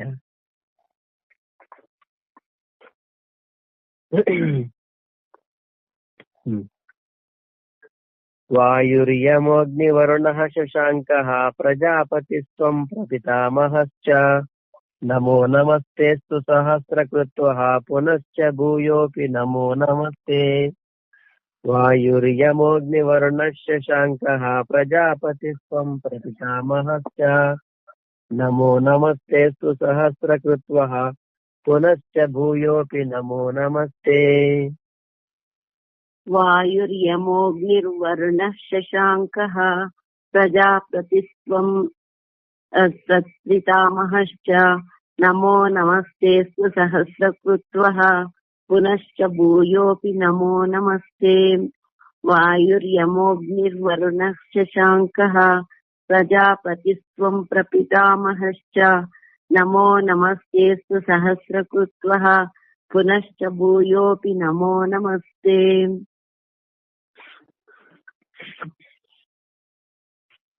ವಾಯುರ್ಯಮೋಗ್ನಿವರುಣ ಶಶಾಂಕಃ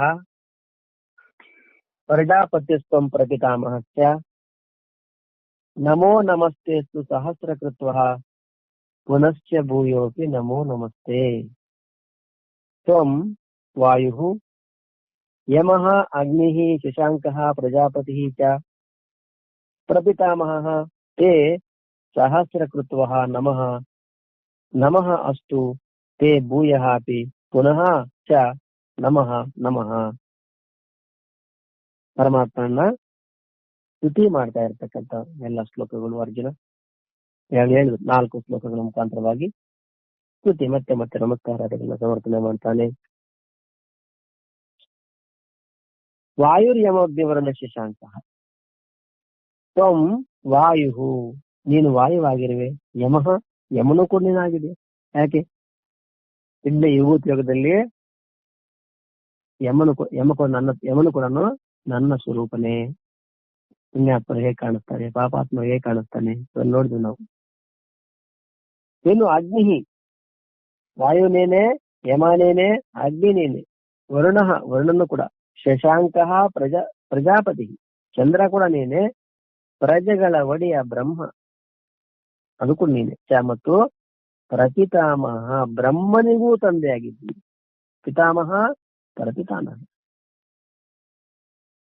ಅಂದ್ರೆ ಬ್ರಹ್ಮನ ಕೂಡ ನೀನೆ ತಂದೆಯಾಗಿದ್ದೀನಿ. ತೇ ನಿನಗೆ ಸಹಸ್ರಕೃತ್ವಃ ನಮಃ ನಮಃ, 1000 ಬಾರಿ ನಮಸ್ಕಾರಗಳು, ಮತ್ತೆ ಮತ್ತೆ ನಮಸ್ಕಾರಗಳು, 1000 ಸಲ ನಮಸ್ಕಾರ.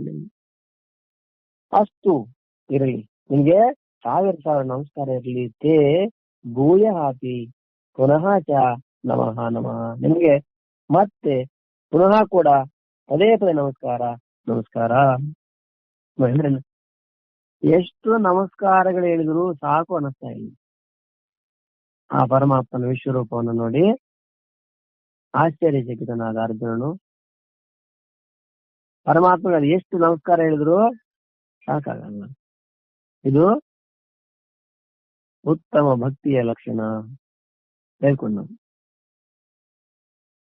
ಭಕ್ತ ಅಂದ್ರೆ ಎಷ್ಟು ಭಕ್ತಿ ಮಾಡಿದ್ರು ತೃಪ್ತಿ ಆಗಲ್ಲ, ಅದೇ ಉತ್ತಮ ಭಕ್ತಿ. ಎಷ್ಟು ದಾನ ಮಾಡಿದ್ರು ತೃಪ್ತಿ ಆಗಲ್ಲ, ಅದೇ ದಾನದ ಉತ್ತಮ ದಾನಿಯ ಲಕ್ಷಣ. ಎಷ್ಟು ಸೇವೆ ಮಾಡಿದ್ರು ತೃಪ್ತಿ ಆಗಲ್ಲ, ಅದೇ ಸೇವೆಯ ಲಕ್ಷಣ. ಒಂದ್ಸರಿ ನಮಸ್ಕಾರ ಹೇಳ್ಬಿಟ್ಟ ಆಗೋಯ್ತು, ಮತ್ತೆ ಹಂಗಲ್ಲ. ಎಷ್ಟು ಸರಿ ನಮಸ್ಕಾರ ಮಾಡ್ತಾನೆ, ತೃಪ್ತಿನೇ ಆಗ್ತಾ ಇಲ್ಲ ನೋಡಿ. ಮತ್ತೆ ನಮಸ್ಕಾರ. ನೀನೇ ವಾಯು, ನೀನೇ ಅಗ್ನಿ, ಯಮ, ವರುಣ, ಚಂದ್ರ, ಪ್ರಜೆಗಳ ಒಡೆಯನಾದ ಬ್ರಹ್ಮ, ಬ್ರಹ್ಮನಿಗೂ ತಂದೆಯಾಗಿದ್ದೀಯೇ. ನಿನಗೆ 1000 ಬಾರಿ ನಮಸ್ಕಾರಗಳು, ನಮಸ್ಕಾರಗಳು ನಿನಗೆ, ಮತ್ತು ಪದೇ ಪದೇ ನಮಸ್ಕಾರಗಳು ಹೇಳ್ತಾರೆ. ವಾಯು, ಯಮ, ಅಗ್ನಿ, ವರುಣ, ಚಂದ್ರ ಮತ್ತು ಪ್ರಜಾಪತಿ ಬ್ರಹ್ಮ ನೀನೇ ಆಗಿರುವೆ. ಇದನ್ನ ಹೇಳುವುದರ ಅಭಿಪ್ರಾಯ ಏನು? ಈ ಮಾತಿನಿಂದ ಅರ್ಜುನನು, ಯಾರ ಹೆಸರುಗಳನ್ನು ನಾನು ಎಣಿಸಿರುವೆನೋ ಇವರ ಸಹಿತ ಎಷ್ಟು ನಮಸ್ಕಾರಗಳು ಯೋಗ್ಯರಾದ ದೇವತೆಗಳಿದ್ದಾರೋ ಅವರೆಲ್ಲರೂ ನಿನ್ನ ಸ್ವರೂಪರಾಗಿದ್ದಾರೆ. ಆದ್ದರಿಂದ ನೀನೇ ಎಲ್ಲ ಪ್ರಕಾರದಿಂದ ಎಲ್ಲರ ಮೂಲಕ ನಮಸ್ಕರಿಸಲು ಯೋಗ್ಯನಾಗಿದ್ದೀಯೇ ಎಂಬ ಭಾವವನ್ನು ತೋರಿಸಿದ್ದಾರೆ. ಇಲ್ಲಿ ಯಾರ ಹೆಸರುಗಳನ್ನು ನೀನು ಎಣಿಸಿರುವೆಯೋ ಅಂದ್ರೆ, ನೀವು ಹೇಳ್ತೀನಿ, ನಾನು ಹಿಂದೆ 10ನೇ ಅಧ್ಯಾಯದಲ್ಲಿ ಕೂಡ ಬಂತು, ಯಮ ನಾನು, ಇಂದ್ರ ನಾನು ಎಲ್ಲ ಬಂತು. ಹಾಗೆ ನೀವು ಯಾರ ಹೆಸರುಗಳನ್ನ ಎಣಿಸಿರುವೆಯೋ ಇದರ ಸಹಿತ ಎಷ್ಟೇ ನಮಸ್ಕರಿಸಲು ಯೋಗ್ಯರಾದ ದೇವತೆಗಳಿದ್ದಾರೋ, ಯಾರನ್ನ ಪ್ರಸ್ಥಾನ ಮಾಡಿದಿರಿ ಮತ್ತು ಅವರಿಗೆ ನಮಸ್ಕಾರ ಮಾಡ್ಲಿಕ್ಕೆ ಯೋಗ್ಯ ಇರತಕ್ಕಂಥ ದೇವತೆಗಳಿದ್ದಾರೆ, ಅವರೆಲ್ಲರೂ ನಿನ್ನ ಸ್ವರೂಪರಾಗಿದ್ದಾರೆ.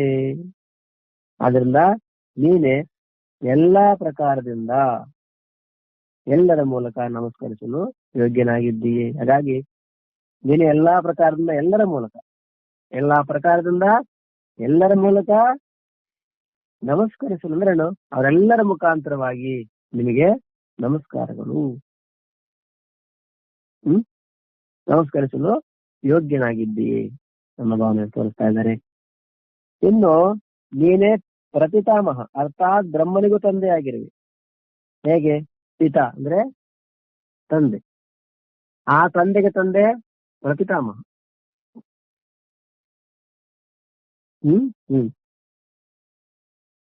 ಪಿತಾಮಹ, ಪ್ರಪಿತಾಮಹ. ಸಮಸ್ತ ಜಗತ್ತನ್ನು ಉತ್ಪನ್ನ ಮಾಡುವ ಕಶ್ಯಪ, ದಕ್ಷ ಪ್ರಜಾಪತಿ ಮತ್ತು ಸಪ್ತರ್ಷಿ ಮೊದಲಾದವರ ತಂದೆ ಆಗಿರೋದ್ರಿಂದ ಬ್ರಹ್ಮನು ಎಲ್ಲರ ಪಿತಾಮಹನಾಗಿದ್ದಾನೆ. ಪ್ರಪಿತಾಮಹ ಅಂದ್ರೆ ಇಲ್ಲಿ ಮುತ್ತಾತ ಅಂತ ಬರ್ತದೆ. ಪಿತಾ ಅಂದ್ರೆ ತಂದೆ, ಪಿತಾಮಹ ತಾತ, ಪ್ರಪಿತಾಮಹ ಅಂದ್ರೆ ಮುತ್ತಾತ. ತಂದೆ, ತಾತ, ಮುತ್ತಾತ, ಪ್ರಪಿತಾಮಹ. ಹೇಗೆ? ಈಗ ಹೇಳ್ತೇನೆ. ಮತ್ತು ಆ ಬ್ರಹ್ಮನನ್ನ ಕೂಡ ಉತ್ಪತ್ತಿ ಮಾಡುವ ನೀನಾಗಿದ್ದಿ. ಅದಕ್ಕಾಗಿ ನೀನು ಎಲ್ಲರ ಪ್ರಪಿತಾಮಹನಾಗಿದ್ದಿ. ಅದಕ್ಕಾಗಿ ನಿನಗೆ ನಮಸ್ಕಾರ ಮಾಡುವುದು ಸರ್ವದಾ ಉಚಿತವೇ ಆಗಿದೆ. ನೀನು ಪ್ರಪಿತಾಮಹ, ಮುತ್ತಾತ, ಅರ್ಥಾತ್ ಬ್ರಹ್ಮನಿಗೂ ತಂದೆ. ಹೇಗೆ ಅಂತ ಹೇಳ್ತಾ, ಸಮಸ್ತ ಜಗತ್ತನ್ನು ಉತ್ಪನ್ನ ಮಾಡುವ ಕಶ್ಯಪ, ದಕ್ಷ ಪ್ರಜಾಪತಿ ಮತ್ತು ಸಪ್ತರ್ಷಿ ಮೊದಲಾದವುಗಳ ತಂದೆ. ಕಶ್ಯಪ, ದಕ್ಷ ಪ್ರಜಾಪತಿ, ಸಪ್ತರ್ಷಿಗಳು ಮೊದಲಾದ ತಂದೆ ಆಗಿರೋದ್ರಿಂದ ಯಾರು? ಬ್ರಹ್ಮ ಎಲ್ಲರಿಗೂ ಪಿತಾಮಹನಾಗಿದ್ದಾನೆ. ಆಯ್ತಾ? ಮತ್ತು ಆ ಬ್ರಹ್ಮನನ್ನು ಕೂಡ ಉತ್ಪತ್ತಿ ಮಾಡುವ ನೀನಾಗಿ, ಅಂತ ಬ್ರಹ್ಮನನ್ನು ಕೂಡ ನೀನೇ. ಈಗ ನೋಡಿ, ಜಗತ್ತಿಗೆಲ್ಲ ತಂದೆ, ಜಗತ್ತನ್ನ ಉತ್ಪನ್ನ ಮಾಡ್ತಕ್ಕಂಥ ಯಾರು? ಕಶ್ಯಪ, ಪ್ರಜಾಪತಿ, ಸಪ್ತರ್ಷಿ ಮೊದಲಾದವರಿಗೆ ಯಾರು? ತಂದೆ ಬ್ರಹ್ಮ. ಆ ಬ್ರಹ್ಮನಿಗೂ ತಂದೆ ಯಾರು ಅಂದ್ರೆ ನೀನೇ ಆಗಿದ್ದೀಯ. ಉದಾಹರಣೆಗೆ ಇಲ್ಲಿ ನಮ್ಮನ್ನು ಸೃಷ್ಟಿ ಮಾಡ್ತಕ್ಕಂಥವ್ರು ಇವರು ಸೃಷ್ಟಿ ಮಾಡ್ತಕ್ಕಂಥವ್ರು ಬ್ರಹ್ಮನ ಸೃಷ್ಟಿ ಮಾಡ್ತಕ್ಕಂಥವ್ರು ನೀವು. ಹಾಗಾಗಿ ನೀವು ಪ್ರಪಿತಾಮಹ, ಮುತ್ತಾತರಾಗಿದ್ದೀರಿ.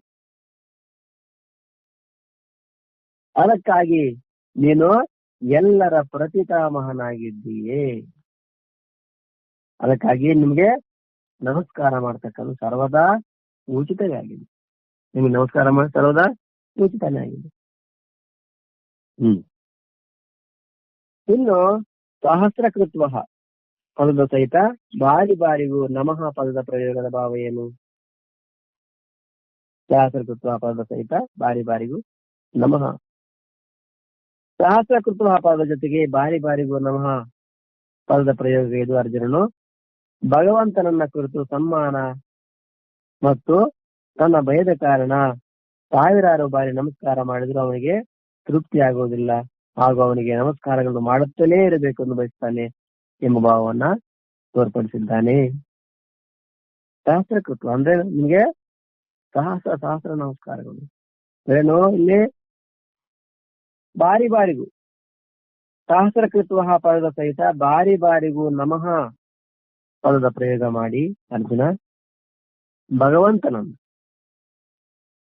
ಕುರಿತು ಸಮ್ಮಾನ ಮತ್ತು ಭಯದ ಕಾರ್ಯ ಒಂದು ಎಲ್ಲವನ್ನು ನೋಡಿ ಅವನಲ್ಲಿ ಉಂಟಾದ ಪರಮಾತ್ಮಗೆ ಸಮ್ಮಾನ, ಇನ್ನೊಂದು ಭಯ. ಈ ಕಾರಣ ಸಾವಿರಾರು ಬಾರಿ ನಮಸ್ಕಾರ ಮಾಡಿದರೂ ಅವನಿಗೆ ತೃಪ್ತಿ ಆಗ್ತಾನೆ. ಮತ್ತೆ ಮದ ನಮಸ್ಕಾರ ಪುನಃ ಭೂಯೋಪಿ ನಮೋ ನಮಸ್ತೆ ಸಹಸ್ರಕೃತ್ವ ಪುನಶ್ಚ ಭೂಯೋಪಿ ನಮೋ ನಮಃ ನಮಸ್ತೆ. ಹಾಗಾಗಿ 1000 ಬಾರಿ ನಮಸ್ಕಾರ ಮಾಡಿದ್ರೆ ಅವನಿಗೆ ತೃಪ್ತಿ ಆಗೋದಿಲ್ಲ, ಹಾಗೂ ಅವನಿಗೆ ನಮಸ್ಕಾರ ಮಾಡುತ್ತಲೇ ಇರಬೇಕೆಂದು ಬಯಸ್ತಾನೆ ಅನ್ನೋದನ್ನ ಇಲ್ಲಿ ತೋರಿಸ್ತಾ ಇದ್ದಾರೆ. ನಮಃ ಪುರಸ್ತಾದತ ಪೃಷ್ಠತಸ್ತೆ ನಮೋಸ್ತುತೆ ಸರ್ವತ ಏವ ಸರ್ವ ಅನಂತ ವೀರ್ಯಾಮಿತ ವಿಕ್ರಮಸ್ತ್ವಂ ಸರ್ವಂ ಸಮಾಪ್ನೋಷಿ ತತೋಸಿ ಸರ್ವಃ. ನಮಃ ಪುರಸ್ತಾದತ ಪೃಷ್ಠತಸ್ತೆ ನಮೋಸ್ತುತೆ ಸರ್ವತ ಏವ ಸರ್ವ ಅನಂತ ವೀರ್ಯಾಮಿತ ವಿಕ್ರಮಸ್ತ್ವಂ ಸರ್ವಂ ಸಮಾಪ್ನೋಷಿ ತತೋಸಿ ಸರ್ವಃ. ನಮಃ ಪುರಸ್ತಾತ್ ಪೃಷ್ಠತಸ್ತೆ ನಮೋಸ್ತುತೆ ಸರ್ವತ ಏವ ಸರ್ವ ಅನಂತ ವೀರ್ಯಾಮಿತ ವಿಕ್ರಮಸ್ತ್ವಂ ಸರ್ವಂ ಸಮಾಪ್ನೋಷಿ ತತೋಸಿ ಸರ್ವಃ. ನಮಃ ಪುರಸ್ತಾತ್ ಪೃಷ್ಠತಸ್ತೆ ನಮೋಸ್ತುತೆ ಸರ್ವತ ಏವ ಸರ್ವ ಅನಂತ ವೀರ್ಯಾಮಿತ ವಿಕ್ರಮಸ್ತ್ವಂ ಸರ್ವಂ ಸಮಾಪ್ನೋಷಿ ತತೋಸಿ ಸರ್ವಃ. ನಮಃ ಪುರಸ್ತಾದತ ಪೃಷ್ಠತಸ್ತೆ ನಮೋಸ್ತುತೆ ತೇ ಸರ್ವತ ಏವ ಸರ್ವ ಅನಂತ ವೀರ್ಯ ಮಿತ ವಿಕ್ರಮಸ್ತ್ವಂ ಸರ್ವಂ ಸಮಾಪ್ನೋಷಿ ತತೋಸಿ ಸರ್ವಃ. ಅನಂತ ವೀರ್ಯ ತೇ ಪುರಸ್ತಾದ್ ಅತ ಪೃಷ್ಠತಃ ನಮಃ ಸರ್ವತೆ ಸರ್ವತ ಏವ ನಮಃ ಅಸ್ತು ಅಮಿತ ವಿಕ್ರಮಃ ತ್ವಂ ಸರ್ವಂ ಸಮಾಪ್ನೋಷಿ ತತಃ ಸರ್ವಃ ಅಸಿ. ಅನಂತ ವೀರ್ಯ, ಹೇ ಅನಂತ ಸಾಮರ್ಥ್ಯವುಳ್ಳವನೇ, ಹೇ ನಿನಗೆ ಪುರಸ್ತಾತ್ ಮುಂದುಗಡೆಯಿಂದ ಅತ ಮತ್ತು ಪೃಷ್ಠತಃ ಹಿಂದುಗಡೆಯಿಂದ ನಮಃ ನಮಸ್ಕಾರಗಳು. ಸರ್ವ, ಹೇ ಸರ್ವಾತ್ಮನೆ, ತೇ ನಿನಗೆ ಸರ್ವತಃ ಏವ ಎಲ್ಲ ಕಡೆಗಳಿಂದಲೂ ನಮಃ ನಮಸ್ಕಾರ ಅಷ್ಟು ಇರಲಿ, ಎಲ್ಲ ಕಡೆ ನಮಸ್ಕಾರ ಇರಲಿ. ಯಾಕೆಂದ್ರೆ ಅಮಿತ ವಿಕ್ರಮ ಅನಿತ ವಿಕ್ರಮ ಅನಂತ ಪರಾಕ್ರಮಶಾಲಿಯಾದ ತ್ವಂ ನೀನು ಸರ್ವಂ ಸಮಾಪ್ನೋಷಿ ಈ ಎಲ್ಲಾ ಜಗತ್ತನ್ನ ವ್ಯಾಪಿಸಿಕೊಂಡಿರಲಿ. ತತಃ ಆದ್ರಿಂದ ಸರ್ವ ಅಸಿ ನೀನೇ ಸರ್ವರೂಪನಾಗಿರುವೆ. ಅನಂತ ವೇದ್ಯ, ಅನಂತ ಸಾಮರ್ಥ್ಯ ಅಂದ್ರೇನು? ಪರಮಾತ್ಮನ ಸಾಮರ್ಥ್ಯ ಇಷ್ಟು ಅಂತ ಹೇಳಿಕ್ಕೆ ಬರಲ್ಲ. ಕರ್ತುಂ ಅಕರ್ತುಂ ಅನ್ಯತಾ ಕರ್ತುಂ ಶಕ್ಯತೆ. ಅನಂತ ಸಾಮರ್ಥ್ಯ, ಪರಮಾತ್ಮ ಸಾಮರ್ಥ್ಯ ಇಷ್ಟು ಅಂತ ಹೇಳಲಿಕ್ಕೆ ಬರಲ್ಲ. ಹಾಗಾಗಿ ನಿನಗೆ ಪುರಸ್ತಾದ್ ಮುಂದುಗಡೆಯಿಂದ, ಪೃಷ್ಠತಃ ಹಿಂದುಗಡೆಯಿಂದ ನಮಸ್ಕಾರಗಳು ನೋಡಿ. ಮತ್ತು ಸರ್ವತಃ ಎಲ್ಲಾ ಕಡೆಯಿಂದಲೂ, ಒಂದು ಮುಂದುಗಡೆಯಿಂದ ನಮಸ್ಕಾರ, ಹಿಂದುಗಡೆಯಿಂದ ನಮಸ್ಕಾರ, ಎಲ್ಲಾ ಕಡೆಯಿಂದ ನಮಸ್ಕಾರ. ಯಾಕೆ? ಅಮಿತ ವಿಕ್ರಮ ಅನಂತ ಪರಾಕ್ರಮಶಾಲಿಯಾದ ನೀವು ಎಲ್ಲಾ ಜಗತ್ತನ್ನ ವ್ಯಾಪಿಸಿಕೊಂಡಿದ್ದೀರಿ. ಹಾಗಾಗಿ ಮತ್ತೆ ನಿಮಗೆ ನಮಸ್ಕಾರ. ನೀವೇ ಸರ್ವರೂಪನಾಗಿದ್ದೀರಿ. ಏ ಅನಂತ ಸಾಮರ್ಥ್ಯವುಳ್ಳವನೇ, ನಿನಗೆ ಮುಂದುಗಡೆಯಿಂದ ಮತ್ತು ಹಿಂದುಗಡೆಯಿಂದ ನಮಸ್ಕಾರಗಳು. ಏ ಸರ್ವಾತ್ಮನೆ, ನಿನಗೆ ಎಲ್ಲಾ ಕಡೆಯಿಂದ ನಮಸ್ಕಾರ ಇರಲಿ. ಏಕೆಂದ್ರೆ ಅನಂತ ಪರಾಕ್ರಮಶಾಲಿಯಾದ ನೀನು ಎಲ್ಲ ಜಗತ್ತನ್ನ ವ್ಯಾಪಿಸಿಕೊಂಡಿರುವೆ. ಆದ್ರಿಂದ ನೀನೇ ಸರ್ವರೂಪನಾಗಿರುವೆ.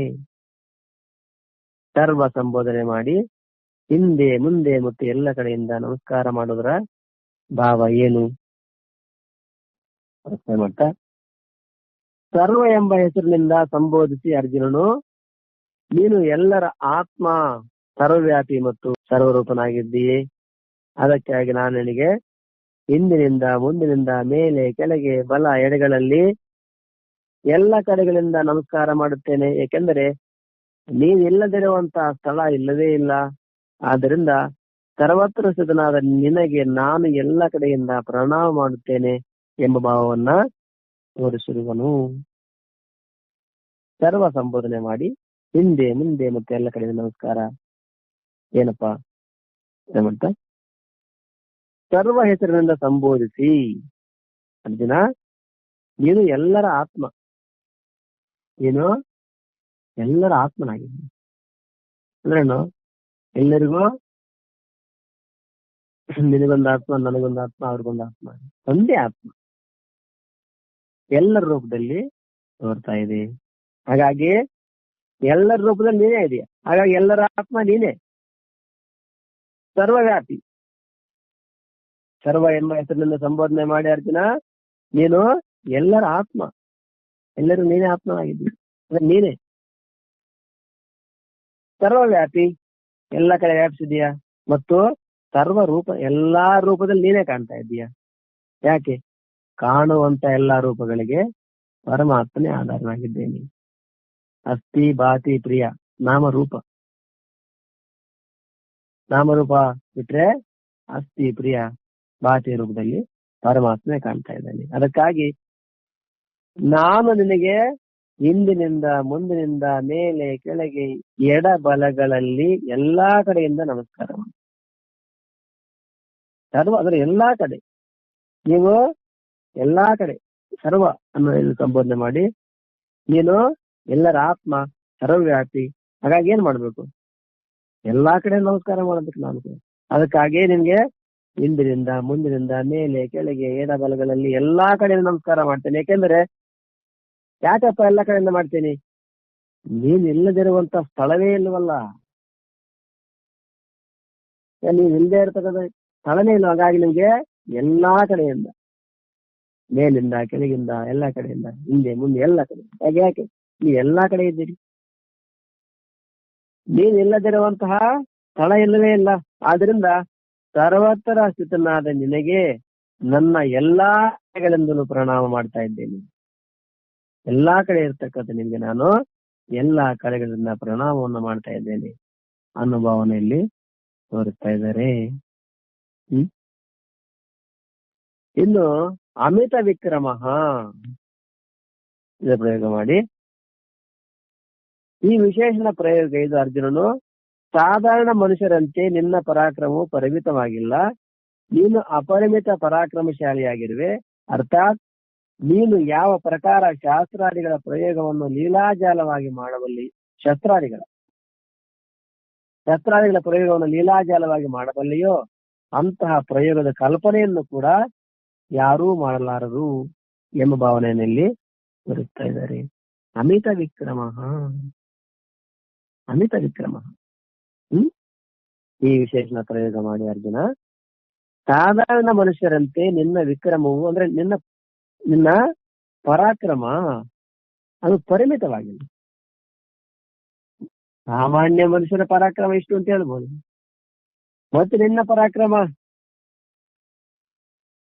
ಪರಿಮಿತವಾಗಿಲ್ಲ. ನೀನು ಅಪರಿಮಿತ ಪರಾಕ್ರಮಶಾಲಿಯಾಗಿರುವೆ. ನಿಮ್ಮ ಪರಾಕ್ರಮಕ್ಕೆ ಮಿತಿ ಇಲ್ಲ, ಪರಿಮಿತಿ ಇಲ್ಲ. ಅಪರಿಮಿತ ಪರಾಕ್ರಮಶಾಲಿಯಾಗಿದ್ದೀರಿ. ಅರ್ಥಾತ್ ನೀವು ಯಾವ ಪ್ರಕಾರ ಶಸ್ತ್ರಾದಿಗಳ ಪ್ರಯೋಗವನ್ನು ಲೀಲಾಜಾಲವನ್ನು ಆಡಬೇಕು.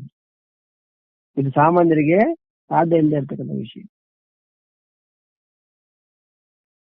ಲೀಲಾಜಾಲವಾಗಿ ಮಾಡಬಲ್ಲೆಯೋ ಅಂತಹ ಪ್ರಯೋಗದ ಕಲ್ಪನೆಯನ್ನ ಕೂಡ ಅಂದ್ರೇನು, ಅಂತಹ ಲೀಲಾಜಾಲವಾಗಿ ಶಸ್ತ್ರಗಳ ಪ್ರಯೋಗ ಮಾಡತಕ್ಕಂತ ಕಲ್ಪನೆಯನ್ನು ಕೂಡ, ಅಂದ್ರೆ ಆ ಪರಮಾತ್ಮನ ಆ ಶಕ್ತಿ ಸಾಮರ್ಥ್ಯ, ಅಪರಿಮಿತ ಶಕ್ತಿ ಸಾಮರ್ಥ್ಯ, ಅದನ್ನ ಯಾರು ಕಲ್ಪನೆ ಕೂಡ ಮಾಡ್ಲಿಕ್ಕಾಗಲ್ಲ.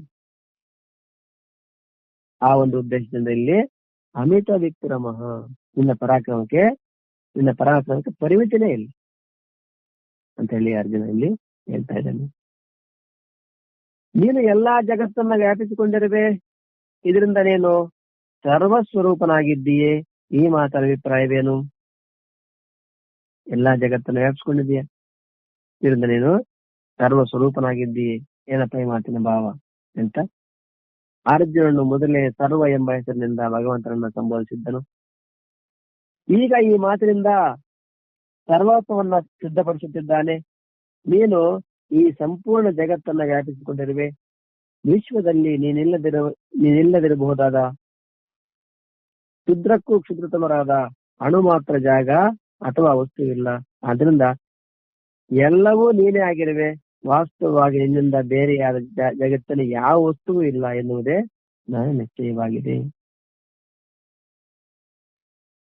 ನೀನು ಎಲ್ಲಾ ಜಗತ್ತನ್ನ ವ್ಯಾಪಿಸಿಕೊಂಡಿರುವೆ. ಎಲ್ಲಾ ಜಗತ್ತನ್ನ ವ್ಯಾಪಿಸಿಕೊಂಡಿದೀಯ. ಇದರಿಂದ ನೀನು ಸರ್ವಸ್ವರೂಪನಾಗಿದ್ದಿ. ಸರ್ವಸ್ವರೂಪ, ಎಲ್ಲ ಸ್ವರೂಪನಿಂದ.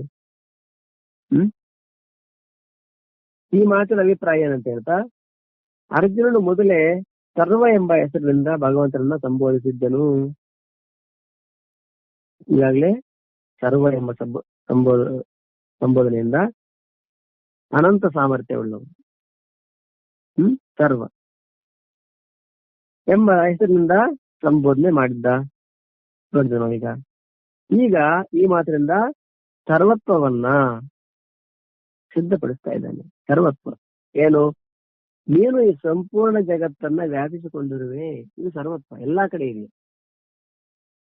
ಸಂಪೂರ್ಣ ಜಗತ್ತನ್ನ ವ್ಯಾಪಿಸಿಕೊಂಡಿದ್ವಿ. ಪರಮಾತ್ಮ ವ್ಯಾಪಿಸಿದಾನ ಜಗತ್ತನ್ನು ಅಂದ್ರೆ ಇದು ನಮ್ಮ ದೃಷ್ಟಿಗೆ ಅನುಸಾರವಾಗಿ ಹೇಳ್ತಾ ಇದ್ದಾರೆ. ಪರಮಾತ್ಮ ಎಲ್ಲಾ ಕಡೆ ಇದ್ದಾನೆ. ಪರಮಾತ್ಮ ವ್ಯಾಪಿಸಿಕೊಂಡಿಲ್ಲ, ನಮ್ಮ ದೃಷ್ಟಿ ಅದು. ಜಗತ್ತೇ ಪರಮಾತ್ಮನಿದೆ ಅಷ್ಟೇ. ಜಗತ್ತನ್ನ ಪರಮಾತ್ಮ ವ್ಯಾಪಿಸಿಲ್ಲ ಅಂದ್ರೆ ಏನು? ಪರಮಾತ್ಮ ದೊಡ್ಡವನ, ಜಗತ್ ದೊಡ್ಡದ ಅಂತಂದ್ರೆ ಜಗತ್ತು ತುಂಬಾ ಸಣ್ಣದು. ಪರಮಾತ್ಮನ ಒಂದು ಅಂಶದಲ್ಲಿ ಸ್ಥಿತವಾಗಿದೆ ಹೇಳ್ತೀವಿ ನಾವು. ಮೋಡಗಳಲ್ಲಿ ಆಕಾಶ ವ್ಯಾಪಿಸಿದೆ. ಮೋಡಗಳಲ್ಲಿ ಆಕಾಶ ಎಲ್ಲಿ ವ್ಯಾಪಿಸಿದೆ? ಆಕಾಶದಲ್ಲೇ ಮೋಡಗಳಿದಾವೆ. ಆ ಮೋಡಗಳ ಮಧ್ಯದಲ್ಲಿ ಆಕಾಶ ವ್ಯಾಪಿಸಿದಂಗೆ ಕಾಣ್ತಾ ಇದೆ. ಅರ್ಥಾತ್ ಇಲ್ಲಿ ಸಂಪೂರ್ಣ ಜಗತ್ತನ್ನ ವ್ಯಾಪಿಸಿಕೊಂಡಿದ್ದಾನೆ ಅಂತಂದ್ರೆ ಅರ್ಥ ಏನು? ಪರಮಾತ್ಮಲ್ಲಿ ಜಗತ್ತು ತೋರ್ತಾ ಇದೆ. ವಿಶ್ವದಲ್ಲಿ ನೀನಿಲ್ಲದಿರಬಹುದಾದ ಕ್ಷುದ್ರಕ್ಕೂ ಕ್ಷುದ್ರತಮವಾದ ಅಣು ಮಾತ್ರ ಜಾಗ ಅಥವಾ ವಸ್ತುವಿಲ್ಲ. ಇಡೀ ಪ್ರಪಂಚದಲ್ಲಿ ನೀನು ಇಲ್ಲದೇ ಇರಬಹುದಾದ ಕ್ಷುದ್ರಕ್ಕೂ ಕ್ಷುದ್ರತಮವಾದ, ಅತ್ಯಂತ ಯಾವುದು ಕ್ಷುದ್ರವಾಗಿರ್ತಕ್ಕಂಥ ವಸ್ತು, ಕ್ಷುದ್ರವಾಗಿರ್ತಕ್ಕಂಥ ಏನೆಲ್ಲ ಹೇಳ್ತೀವಿ, ಕ್ಷುದ್ರಕ್ಕೂ ಕ್ಷುದ್ರತಮವಾದ ಅಣು ಮಾತ್ರ ಜಾಗ ಕೂಡ ಅಥವಾ ವಸ್ತುವಿಲ್ಲ. ಅಂದ್ರೆ ಎಲ್ಲಾ ಕಮ್ಮಿ ಇದೆಯಾ. ಆದ್ರಿಂದ ಎಲ್ಲವೂ ನೀನೇ ಆಗಿರುವೆ. ಎಲ್ಲ ಕೂಡ ನೀನೇ ಆಗಿದೆಯಾ. ವಾಸ್ತವವಾಗಿ ನಿನ್ನಿಂದ ಬೇರೆಯಾದ ಜಗತ್ತಿನ ಯಾವ ವಸ್ತು ಇಲ್ಲ. ಅಂದ್ರೆ ಜಗತ್ತು ನಿನಗಿಂತ ಬೇರೆ ಆಗಿರ್ತಕ್ಕಂಥದ್ದು ಏನು ಇಲ್ಲವೇ ಇಲ್ಲ. ನಾನು ಎಲ್ಲಾ ಕಡೆ ಪರಮಾತ್ಮನೇ ವ್ಯಾಪಿಸಿದ. ಹೇಗೆ ನೋಡ್ತೀವಿ ನಾವು, ಹೇಗೆ ಮಡಿಕೆ ಕುಡಿಕೆ ಎಲ್ಲ ನೋಡ್ತೀವಿ. ಅದರಲ್ಲಿ ಹೇಗೆ ಮಣ್ಣಿದೆಯೋ, ಮಣ್ಣನ್ನು ಬಿಟ್ಟು ಅದಕ್ಕೆ ಅಸ್ತಿತ್ವ ಇಲ್ಲವೋ, ಹಾಗೆ ಇಡೀ ಜಗತ್ತಿಗೆ ಪರಮಾತ್ಮನ ಅಸ್ತಿತ್ವವೇ ಎಲ್ಲಕ್ಕೂ ಅಸ್ತಿತ್ವವಾಗಿದೆ. ತನ್ನದೇ ಆಗಿರ್ತಕ್ಕಂಥ ಅಸ್ತಿತ್ವ ಅದಕ್ಕೆ ಇಲ್ಲವೇ ಇಲ್ಲ. ಪರಮಾತ್ಮನ ಅಸ್ತಿತ್ವವೇ ಅಸ್ತಿತ್ವವಾಗಿದೆ. ಶರೀರಕ್ಕೂ ಕೂಡ ಎಲ್ಲಾ ಕಡೆ ಅಂದ್ರೆ ಶರೀರ ಬಿಟ್ಟು ನಮ್ಮ ಶರೀರ ಆಗಿರ್ಬೋದು, ನಮ್ಮ ಮನಸ್ಸಾಗಿರ್ಬೋದು, ಇಂದ್ರಿಯಗಳಾಗಿ ಇದಕ್ಕೆಲ್ಲಕ್ಕೂ ಅಸ್ತಿತ್ವ ಪರಮಾತ್ಮ ಅಸ್ತಿತ್ವವಾಗಿದೆ ವಿನಃ ಶರೀರಕ್ಕೆ ತನ್ನದೇ ಅಸ್ತಿತ್ವ ಇಲ್ಲ. ಇಂದ್ರಿಯಗಳಿಗಾಗ್ಲಿ ಮನಸ್ಸಿಗಾಗ್ಲಿ ಕೇವಲ ಮಾನವ ಶರೀರ ಒಂದೇ ಅಲ್ಲ, ಚರಾಚರ ಜಗತ್ತಲ್ಲಿ ಇರ್ತಕ್ಕಂಥ ಅವು ಸ್ಥಾವರ ಜಂಗಮ ಏನೇ ಇರಲಿ ಎಲ್ಲಕ್ಕೂ ಅಸ್ತಿತ್ವವನ್ನು ಕೊಟ್ಟಿರತಕ್ಕಂಥದ್ದು ಪರಮಾತ್ಮನ ಅಸ್ತಿತ್ವವೇ ಅಸ್ತಿತ್ವ. ಹಾಗಾಗಿ ಅದು ಒಳ್ಳೇದ ಕೆಟ್ಟದ್ದ, ಕ್ಷುದ್ರಕ್ಕೂ ಕ್ಷುದ್ರತಮವಾಗಿರ್ತಕ್ಕಂಥದ್ದು ಅಣು ಮಾತ್ರ ಜಾಗ ಅಥವಾ ಅಂದ್ರೆ ನೀನಿಲ್ಲದೆ ಇರ್ತಕ್ಕಂಥ ಅದು ಕ್ಷುದ್ರಕ್ಕೂ ಕ್ಷುದ್ರತಮವಾದ ಅಣು ಮಾತ್ರ ಜಾಗ ಕೂಡ ಅಲ್ಲಿ ಕೂಡ ನೀನಿದೆಯಾ. ಆದ್ರಿಂದ ಎಲ್ಲವೂ ನೀನೇ ಆಗಿರುವೆ. ವಾಸ್ತವವಾಗಿ ನಿನ್ನಿಂದ ಬೇರೆಯಾದ ಯಾವ ವಸ್ತುವು ಇಲ್ಲವೇ ಇಲ್ಲ ಅನ್ನೋದೇ ಇಲ್ಲಿ ಅರ್ಜುನ ಅಭಿಪ್ರಾಯ. ಈ ಪ್ರಕಾರ ಭಗವಂತನ ಸ್ತುತಿ ಮತ್ತು ಪ್ರಣಾಮಗೈದು ಈಗ ಭಗವಂತನ ಗುಣ, ರಹಸ್ಯ ಮತ್ತು ಮಹಾತ್ಮ್ಯವನ್ನ ಯಥಾರ್ಥವಾಗಿ ಅರಿಯದ ಕಾರಣ ಮಾತು ಮತ್ತು ಕ್ರಿಯೆಗಳ ಮೂಲಕ ಮಾಡಲ್ಪಟ್ಟ ಅಪರಾಧಗಳನ್ನ ಕ್ಷಮಿಸಲು 2 ಶ್ಲೋಕಗಳಲ್ಲಿ ಭಗವಂತನಲ್ಲಿ ಅರ್ಜುನ ಪ್ರಾರ್ಥಿಸ್ತಾ ಇದ್ದಾನೆ. ಈ ಪ್ರಕಾರ 4 ಶ್ಲೋಕಗಳಲ್ಲಿ ಭಗವಂತನ ಸ್ತುತಿ ಮಾಡ್ತಾನೆ, ನಮಸ್ಕಾರ ಮತ್ತೆ ನಮಸ್ಕಾರಾದಿಗಳನ್ನ ಮಾಡ್ತಾನೆ. ಆ ಪರಮಾತ್ಮನ ಗುಣ, ರಹಸ್ಯ, ಮಹಾತ್ಮೆಯನ್ನ ಯಥಾರ್ಥವಾಗಿ ಅರಿಯದ ಕಾರಣ ನಾನು ಮಾತು ಮತ್ತು ಕ್ರಿಯೆಗಳ ಮೂಲಕ ನಾನ್ ನಿಮ್ ಜೊತೆ ಮಾತಾಡಬೇಕಾದ್ರೆ, ನಿಮ್ ಜೊತೆ ನಡ್ಕೋಬೇಕಾದ್ರೆ ಏನೆಲ್ಲ ತಪ್ಪು ಮಾಡಿರ್ಬೋದು, ಅಪರಾಧ ಮಾಡಿರ್ಬೋದು, ಅದನ್ನ ತಾವು ಕ್ಷಮಿಸಬೇಕು ಅಂತೇಳಿ 2 ಶ್ಲೋಕಗಳಲ್ಲಿ ಅರ್ಜುನ ಪ್ರಾರ್ಥನೆ ಮಾಡ್ತಾ ಇದ್ದಾನೆ. ಮುಂದೆ ಸಕೇತಿ ಮತ್ವಾ ಪ್ರಸವಂ ಯದುಕ್ತಂ ಹೇ ಕೃಷ್ಣ ಹೇ ಯಾದವ ಹೇ ಸಕೇತಿ ಅಜಾನತ ಮಹಿಮಾನಂತವೇ ಧರ್ಮಯ ಪ್ರಮಾದಾತ್ ಪ್ರಣಯೇನ ವಾಪಿ. ಸಕೇತಿ ಮತ್ವಾ ಪ್ರಸವಂ ಯದುಕ್ತಂ ಹೇ ಕೃಷ್ಣ ಹೇ ಯಾದವ ಹೇ ಸಕೇತಿ ಅಜಾನತ ಮಹಿಮಾನಂತವೇ ಧರ್ಮಯ ಪ್ರಮಾದಾತ್ ಪ್ರಣಯೇನ ವಾಪಿ. ಯಚ್ಚಾವಹಾಸಾರ್ಥಮಸತ್ಕೃತೋಸಿ ವಿಹಾರಶಯ್ಯಾಸನ ಭೋಜನೇಷು ಏಕೋತವಾಪ್ಯಚ್ಯುತ ತತ್ಸಮಕ್ಷಂ ತತ್ಕ್ಷಾಮಯೇ ತ್ವಾಮಹಮಪ್ರಮೇಯಂ. ಯಚ್ಚಾವಹಾಸಾರ್ಥಮಸತ್ಕೃತೋಸಿ ವಿಹಾರಶಯ್ಯಾಸನ ಭೋಜನೇಷು ಏಕೋತವಾಪ್ಯಚ್ಯುತ ತತ್ಸಮಕ್ಷಂ ತತ್ಕ್ಷಾಮಯೇ ತ್ವಾಮಹಮಪ್ರಮೇಯಂ. ಸಕೇತಿ ಮತ್ವಾ ಪ್ರಸವಂ ಯದುಕ್ತಂ ಹೇ ಕೃಷ್ಣ ಹೇ ಯಾದವ ಹೇ ಸಕೇತಿ ಅಜಾನತಾ ಮಹಿಮಾನಂ ತವೇದಂ ಮಯಾ ಪ್ರಮಾದಾತ್ ಪ್ರಣಯೇನ ವಾಪಿ.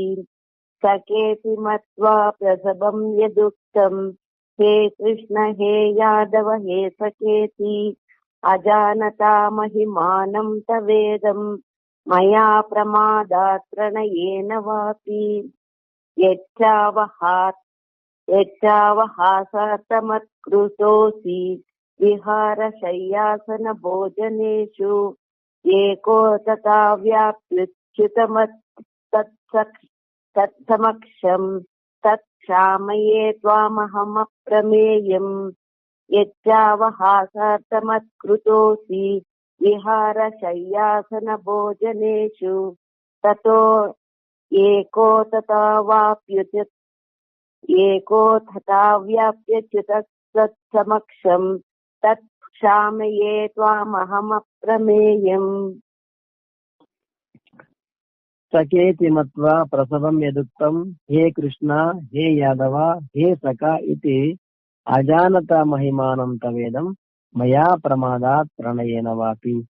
ಯಚ್ಚಾವಹಾಸಾರ್ಥಮಸತ್ಕೃತೋಸಿ ವಿಹಾರ ಶಯ್ಯಾಸನ ಭೋಜನೇಷು ಏಕೋತವಾಪ್ಯಚ್ಯುತ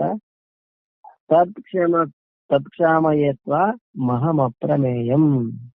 ಎಲ್ಲವನ್ನು ಕೂಡ ಪರಮಾತ್ಮನ ಸ್ತುತಿ ಪ್ರಣಾಮ ಇವೆಲ್ಲವನ್ನು ಮಾಡಿ ಗುಣ, ರಹಸ್ಯ, ಮಹಾತ್ಮೆಯನ್ನ ಅರ್ಜುನ ಪರಮಾತ್ಮ ಜೊತೆಯಲ್ಲಿ ಇದ್ರು ಕೂಡ ನನ್ನಂತೆ ಅವ ಕೂಡ ಒಬ್ಬ ಸಾಮಾನ್ಯ ವ್ಯಕ್ತಿ ಅಂತ ತಿಳ್ಕೊಂಡಿದ್ದ. ಈಗೆಲ್ಲ ಆ ಪರಮಾತ್ಮನ ಗುಣ ಏನು, ರಹಸ್ಯ, ಮಹಾತ್ಮೆ ಎಲ್ಲವನ್ನು ಯಥಾರ್ಥವಾಗಿ ಅರಿಯದ ಕಾರಣ ನಾನು ನಿನ್ ಜೊತೆ ನಡ್ಕೋಬೇಕಾದ್ರೆ ತಪ್ಪಾಗಿ ನಡ್ಕೊಂಡಿರ್ಬಹುದು. ಯಾವಾಗ ಕೂತ್ಕೊಳ್ಳಾಗ, ಎದ್ದಾಗ, ಹೇ ಕೃಷ್ಣ, ಹೇ ಸಖ, ಹೇ ಸ್ನೇಹಿತ, ಬಾರ ಇಲ್ಲಿ, ಹೇ ಮಾವ, ಈ ರೀತಿ ಎಲ್ಲ ಮಾತಾಡಿರ್ಬಹುದು. ಹಾಗಾಗಿ ನನ್ನ ಅಪರಾಧವನ್ನು ಕ್ಷಮಿಸು ಅಂತ ಹೇಳಿ ಮುಂದೆ ಪ್ರಾರ್ಥನೆ ಮಾಡ್ತಾನೆ. ಏನ್ ಪ್ರಾರ್ಥನೆ ಮಾಡ್ತಾನೆ ನೋಡೋಣ ನಾನು. ಓಂ ಸಹನಾವವತು ಸಹನೌ ಭುನಕ್ತು ಸಹ ವೀರ್ಯಂ ಕರವಾವಹೈ ತೇಜಸ್ವಿನಾವಧೀತಮಸ್ತು ಮಾ ವಿದ್ವಿಷಾವಹೈ. ಓಂ ಶಾಂತಿ ಶಾಂತಿ ಶಾಂತಿ. ಓಂ ಸರ್ವೇ ಭವಂತು ಸುಖಿನಃ, ಸರ್ವೇ ಸಂತು ನಿರಾಮಯಾಃ, ಸರ್ವೇ ಭದ್ರಾಣಿ ಪಶ್ಯಂತು, ಮಾ ಕಶ್ಚಿನ್ ದುಃಖಮಾಗ್ ಭವೇತ್. ಓಂ ಶಾಂತಿ ಶಾಂತಿ ಶಾಂತಿ.